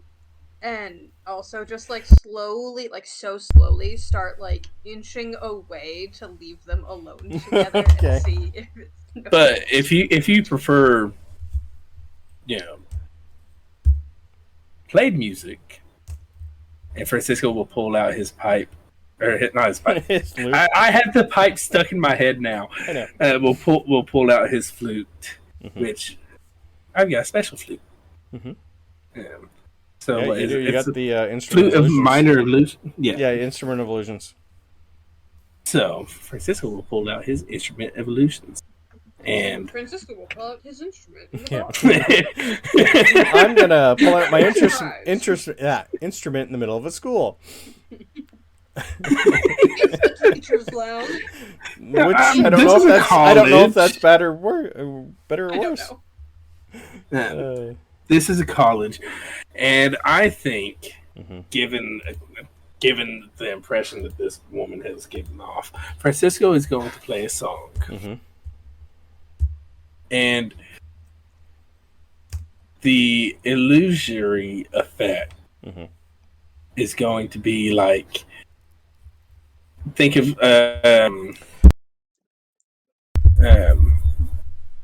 the Mouse King fight. Okay. Yeah. Yep. So the illusory effect will be like ballerinas. Okay. Yep. And That's still good as fuck.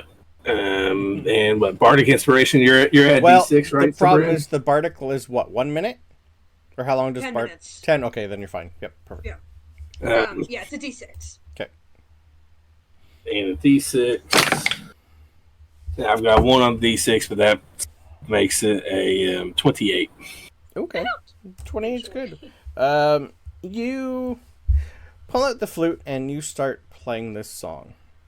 With a 28, you probably get so wrapped into the song, you don't realize you started... She just got it. Well, no, it's more you're getting a crowd of people. After the day they've had, and the pretty much week they've had, this is the professors are pretty much like they've been running low for quite a while, and you probably have 30, 35, some over 500-year-old professors just clapping along and enjoying the party. Can I have a perception roll, please, while you play? I am doing good on this. What's my perception? Freaking, that is a 18. 18. An 18 is enough when you play and people all start to congregate around you and everyone that's on the couches. By the time you're done, you also have Professor Zimmerman sitting beside her with his feet in her lap. This dick! You freaking cock blocker! I have them in my notes that they're a married couple. I am sorry. Where's the ring? No, that's fine. And pretty much everyone is giving you a great standing applause, and you're getting someone's put a hat in the ground for you, and you roll me a D100.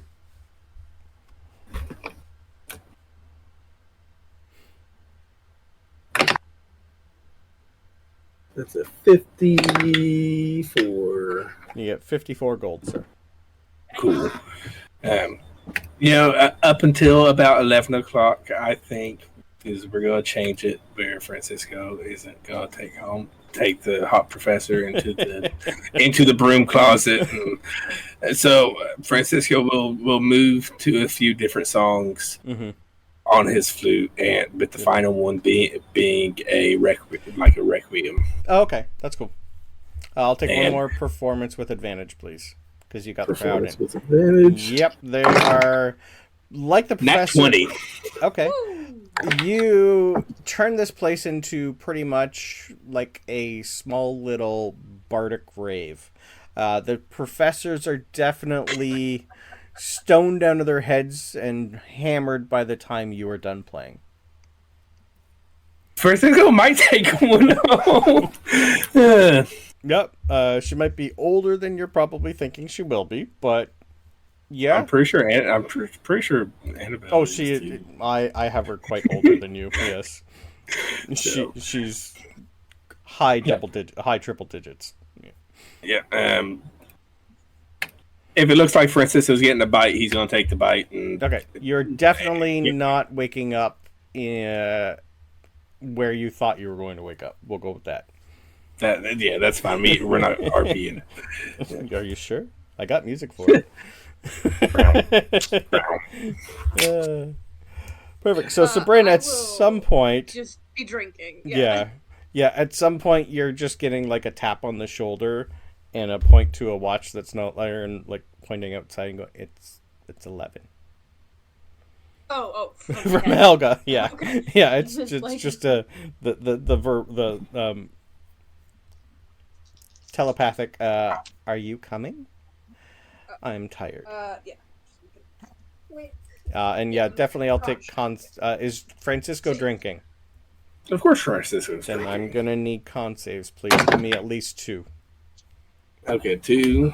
The first one was a roll 14. The second one was a roll 10. What's my con save? So 16 and 12. Okay. 20 and 23. Francisco, with a night of partying, you're waking up with 1 level of exhaustion. Fuck. Okay. But you gave them a night to remember after fighting for the last week.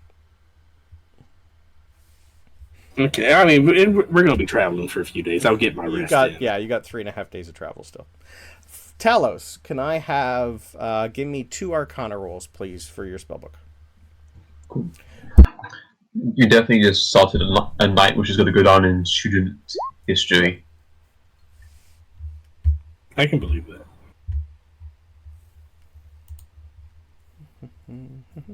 Nat 20.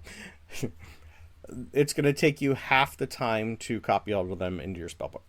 With the honestly, the time's not an issue. I know. It's just, I calculated how much it's going to cost. I don't think...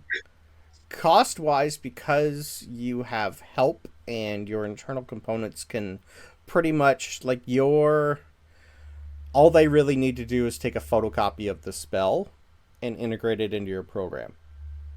So for because of like the Scribe features, yes, instead of taking 2 hours per spell level, yeah, it's 2 minutes per spell level. Yes. So the whole thing, including spell scroll, is pretty much quick. Just over an hour. Yeah. The whole thing, the gold is, where is it? That's 1,600 gold pieces. Okay. If you would like, how much money do you have? Not that. How much do you have? I have 59 gold. Okay. And I like loads of amethyst. Yeah. And the gems which can just be sold too. Yeah, you guys spent most of your cash, I believe. No, we got more. Yeah. We'll say, roll me a d4.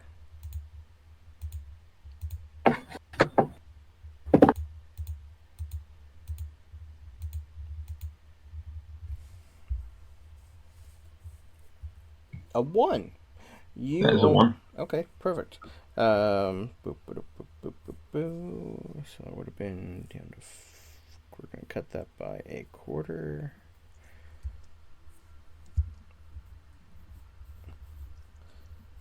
Alright. So it's going to use up all the charges of your internal, your Cyberdyne Systems Control Unit to make the ink required. So the 1 is going to drop you down to just a quarter of the price, which is like 265 gold worth, I think. No, a quarter is still 400. Oh, it's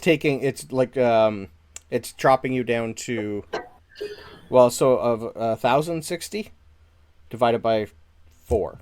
No, 1,600. Yes. Oh, sorry, 1,600. Beautiful. Yeah. So 400 gold worth, you're going to need to put that much money worth of gold into your system so it can incorporate it. So it's almost like it's going to use that as part of it. Or you can just go buy some enchanted ink. We're good with that.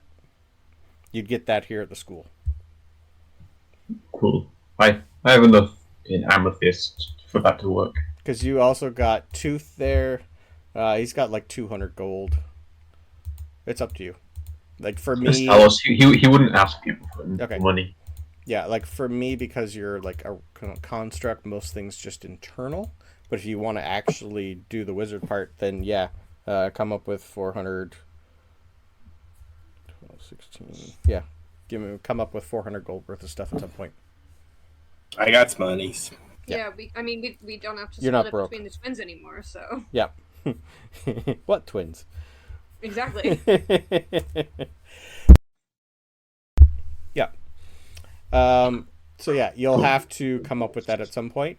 You can either ingest it, and that'll help like create most of it, or just buy it and do it normal. It's up to you. Right, I figured it out. Yeah. Okay, perfect. All right. Okay. Nope, I was just going to say, while you're outside in the Vardo, you hear a little bit of a heart-to-heart between Tooth and Helga, without actually having Tooth here. At some point, I was going to RP. Helga wants him to deal with his past. So she's going to pretty much just say we should go there at some point. I will help you kill whoever needs fucking killed. Yeah, when I realize that it's not flirting, I go back to my book. Okay. Yeah. There's a little bit on her side. I will leave that up to him. There's definitely the odd hand touch from Helga. Yeah. But yes, I will, as soon as I get back to the Vardo, when it's past my bedtime, I will just continue my book, however long I can take on it. Okay. Yeah, you just need short rest, so as long as you're going to read the rest of the night, we can still see at least get 6 hours of whatever book you're reading. Yeah. Yeah. Okay. That's... And which one are you reading now? I can't remember. I am reading the Comprehensive History of the Underdark. Comprehensive. So the tome. Did I tell you what that one does? Yep. Okay. Yes, thank you did. you. That's why I'm reading it. Okay.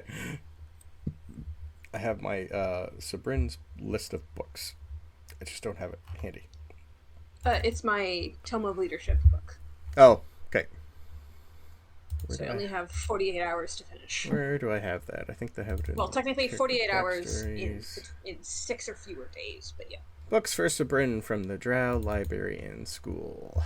Yeah. Underdark Policies. So this is the Shadowed Realms Comprehensive History of the Underdark by historian Talos.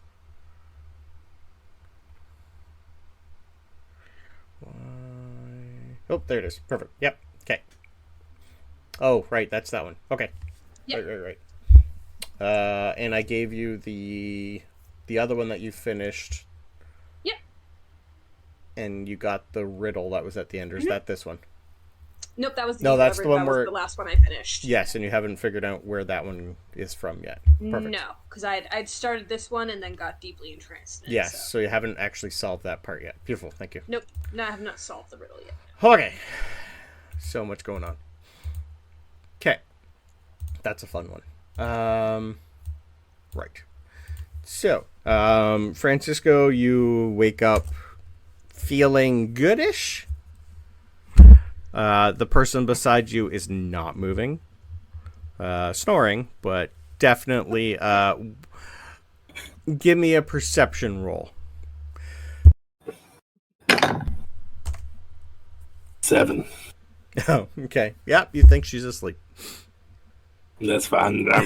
Francisco's gonna roll out, pull his pants up, put his boots on, and deuce. Yeah. You notice he's not cuddler. Come on. No. I know. I was just gonna say you definitely the door closes on you before you get a chance to close it yourself. It was a fake snore. I still got mine. Yeah. I will come up with who that was at some point for you. Whether or not you got their name, I will leave that up to you. They were definitely old-ish. I mean, as long as they're, mill status, that's fine. Yeah. Even Gmail status is fine. Yeah. You probably... give me an intelligence roll, too, please. Actually, an intelligence save, please. And I rolled for whether or not I cared about their name, and I did not care about their name. And a nat 1. Okay. You definitely don't remember who it was or what you did with a nat 1. Ooh, even better. Yeah. Modified memory is great. Oh, that's funny. I screwed a married lady. Who else would do a modified memory? She's married. It's just the dean. No, that room was not nice enough to be the dean's. Francisco would have looked at the room, and who says that she doesn't have doesn't remember. Yep. Yeah, she has a key to everywhere. I know. Sorry, that would have been a wisdom save, but it was still a nat 1. Yeah.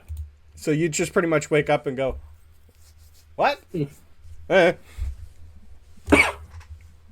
Yeah, so it's like I had a really good night drinking. Yeah. Yep, pretty much. It's like, where am I? It's not. I'll find the exit. Nope, won't be the last time. All right. So you guys all wake up in your lovely Vardo. Most of you are bright-eyed and bushy-tailed. You are still at the sanctuary. You would be able to tell most things are going back to normal. They've cleaned up from the middle of the night. This place looks spick and span in the morning. You definitely see storm clouds on the horizon, so it is going to be shitty weather soon. And you guys are... So Talos, you have now a teleportation circle to the sanctuary anytime you need to. It'll pretty much... She's given you hers. All she's telling you is call me before you come. Don't come unannounced, just in case. Okay. It is definitely a warded room. But she'd rather you go there than use the public one. Because if you're coming here, it might be for a reason that she doesn't want other people to know about. Yeah. So, where to? Back to your tower? Mm-hmm. Consensus? Tower? Perfect. Alright. So, along your lovely journey, you would notice that there's still a heavy presence of clerics and paladins here, but you're not the only ones leaving. So you're going to have like a trail of horses, carriages. People are also leaving here. The graveyard got demolished a little, but there's quite a few what you guys would know is students pretty much practicing magic, repairing it. So you're going to be seeing a lot of people like using stone shape and mold earth and just like tidying the entire place up, trying to figure out where people should be reburied. And it's just like they're trying to fix the entire place. There is still a heavy presence of people like just... They have lots of weaponry out for the just in case, but for the most part, everything here is fine. So, So, Tooth will be driving. Are you guys going to be reading, or are you doing anything the entire pretty much just read inside, or are you going to be on top? What you doing? I'd probably split my time reading inside and reading up front next to Tooth. Okay. I've done that before. Cool. When I decide I need fresh air. Just Definitely. go sit up. I don't sit on top. But... Yeah. Because I'll tumble off that thing. There's no way. No. Ben's pretty much keeping pace on the broom. Just practice and all that fun stuff. So yeah, if you guys now need to scout, you have an ability to scout. You get a broom. And eventually, I think... Yeah, you do have Find Familiar, Talos. I just don't think you've ever used it yet. Yeah. Perfect. So... First night gets you guys pretty much to right around here. So it is a very, very long journey through the graveyard, and by the time you guys hit your first night, you are starting to see merchants come through. Not many. You're not really the only ones here. You do see a lot of the clergy pretty much pushing on through the night. There's not a lot of people here stopping with you guys. But you do set up your first night in... Like, there's a little pond in one area. There's a little track for merchants to come in around. Looks like there's a pretty much an area where people have stopped here for the night before. How many hours into my book should I check off? Because this one has a very specific getting to here from the morning, you would have been at least... let me get my measuring tool. You're here by the time... I'm going to be asking this a couple times. By all means. Has a very specific, let's just if say... you don't read it in this time, you have to research. As long as you're reading, you're going to get at least 10 hours a day straight. 10, okay. As long as you're not, like, stopping, and if you're just going to sit and read, we'll do 10 hours a day. That's the plan right now. Okay. Okay. Yeah. So yeah, you guys would pretty much just see anytime you try to talk to Sabryn, it's just later. Nose down in a book. So what is Francisco doing your first day? First day, Francisco's gonna just chill in the back of the cart. Yeah. Okay. Because he's got a point of exhaustion, so he feels like he's hungover. Yep. So He's doing the same thing. No, don't talk to me right now. Okay. Talos, what you're doing your first night? I have no idea. I don't think he has anything he needs to do. Okay. No. Sorry, tell us because this affected you. I meant to do it when we were Mm-hmm. getting ready in the morning and stuff. Mm-hmm. Tell us. I finished this book and it has a weird rhyme or riddle or something at the end of it. And Okay. I don't have any idea what it means, but you're more like learned and traveled than I am, so I don't know if you maybe, and I will give him Maybe learned, probably not travelled.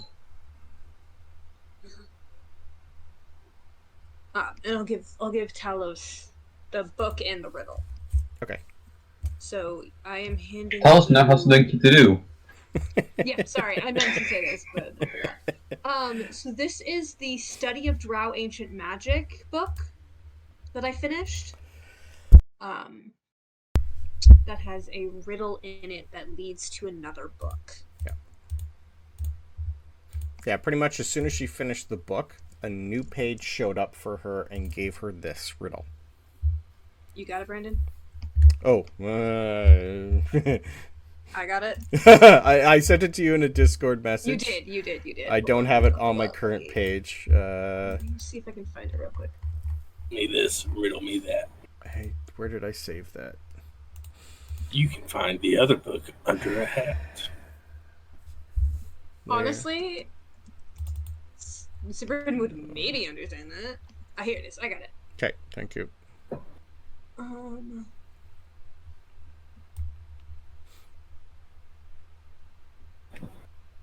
Would me this, Magic Man? Oh, also, sorry. The Maribin Resonator that you guys were told about. The Dean would have had a little bit more information about that. That she would have had... it would have been Baz who remembered something about that. It's also used in something that she remembered seeing in a book. Or like something she remembered someone talking about. It could be part of her ancestors' past. That type of resonator is usually it's created in another machine. So it's an actual machine that's constructed to build specifically them. It also uses them as a power source that she thinks is called an Eldritch machine. She doesn't remember where she actually heard it from or saw it. It's just something in the back of her head. She says she will look into it, but she thinks her sisters might know more, so she's going to try and contact them and let you know.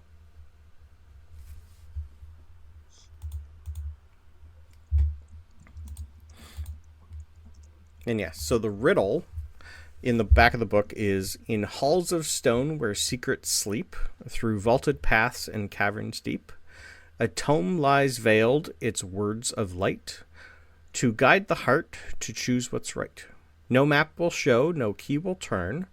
The path is one that you must earn. By blood of kings the way is clear, the archive's heart will then appear. Seek the stone where shadows fall, a throne untouched within the hall. Speak the truth of royal line, and wisdom's book shall then be thine. That took me forever. So I'll take a history roll from you, please. And I want someone to roll me a d20 with advantage for tooth. He's got a +0 to his history, so... Oh, buddy. But he would maybe know part of that. That is a natural 20. Okay. Natural 18 and a natural 20. Talos, that doesn't mean anything to you, really. Tooth, on the other hand. Thank you for rolling a good number for him. Tooth will pretty much just say... Sorry, where'd you get that from? This Drow book? It's an ancient magic No. Drow book that was part of their curriculum. The riddle showed up on the last page. Yeah, it showed up on the last page of the book when I finished it. The Archive's heart is Dwarven lore. It's supposed to be hidden somewhere in the library that I burned down.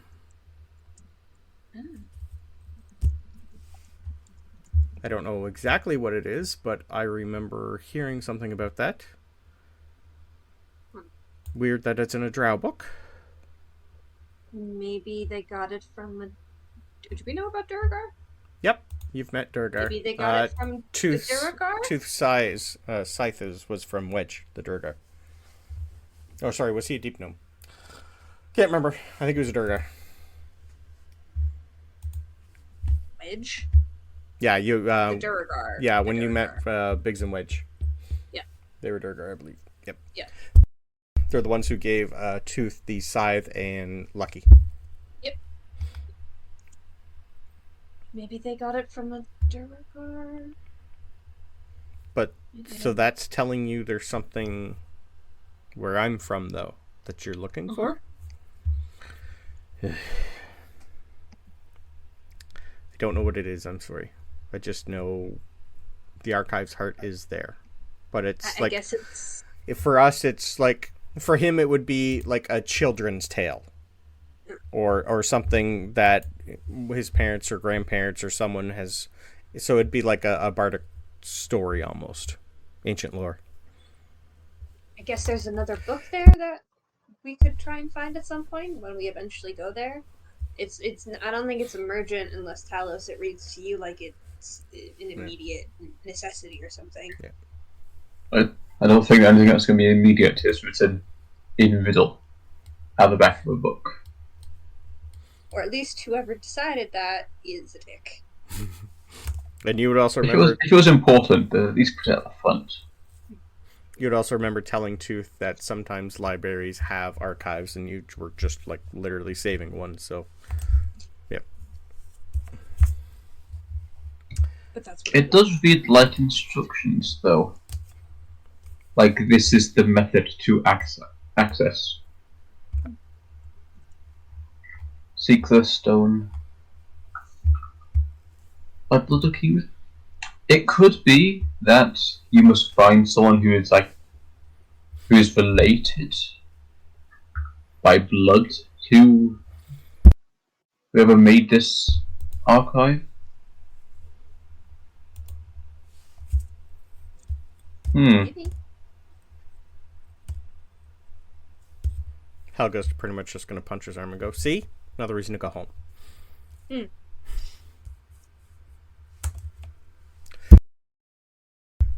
Perfect.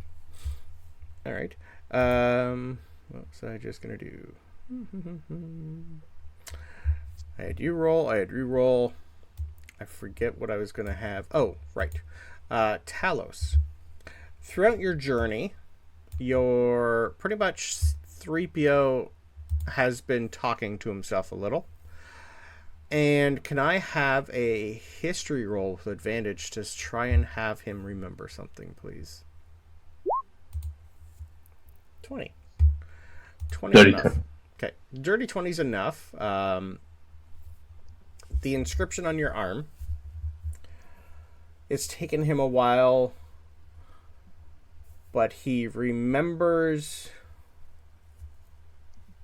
something in his programming, and the only thing he can think of is realm space.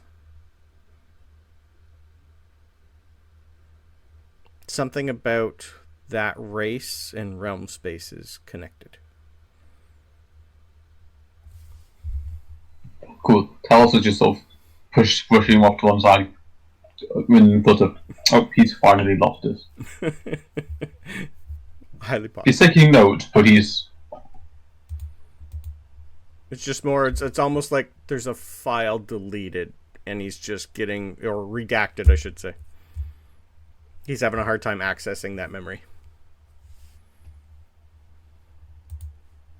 It's an equivalent of, okay, you do you, I'm putting it in the corner of my mind. Probably a good place for him. It's just more of a, yep, I'll figure it out. And just like over and over, Realm's face. What else is there? Yeah. Okay. Access denied. Access denied. Perfect. All right. Well, it is 10 o'clock. Your first night. Can I have who's ever going to helm who's staying up all night watching? Like, I know Sabryn and Ben don't need to sleep. Talos, you need to power off for 6 hours. Did you and Ben want to stay up all night on watch, or are you going to wake anybody else up, or are you even bothering with a watch? I mean, I'm watching passively, but okay. If anyone else is, I guess, I mean, Helga would take a watch at some point, I think. Okay. So as a thing. Let's do just perception rolls for Ben and Helga. Okay. 16 is pretty good for Ben. 10. 10. Yeah. All right. Do you think she would do first watch or second watch? Probably first. She's not injured, so there's no real need to sleep off anything first. So Beautiful. Probably first. Okay.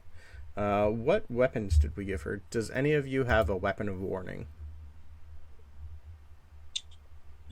She definitely does not.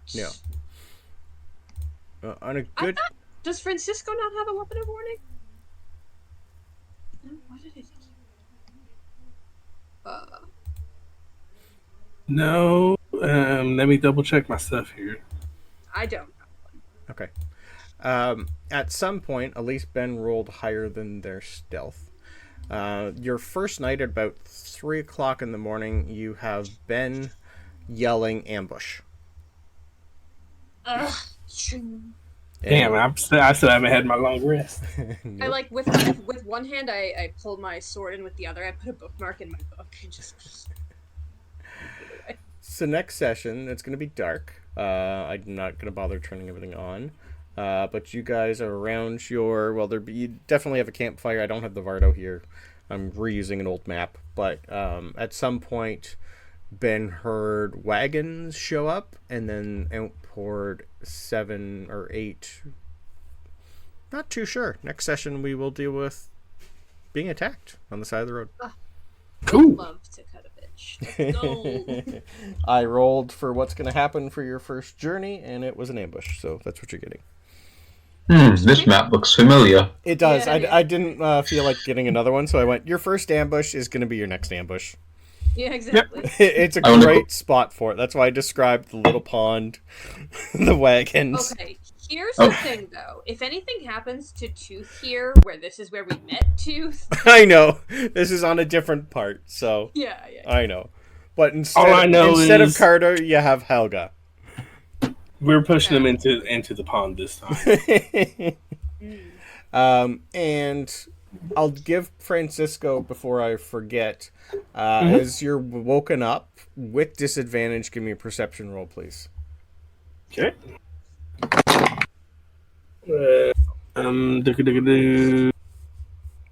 With disadvantage, and I'm exhausted, so that's -2. It's pretty shit. That's an 8. Okay.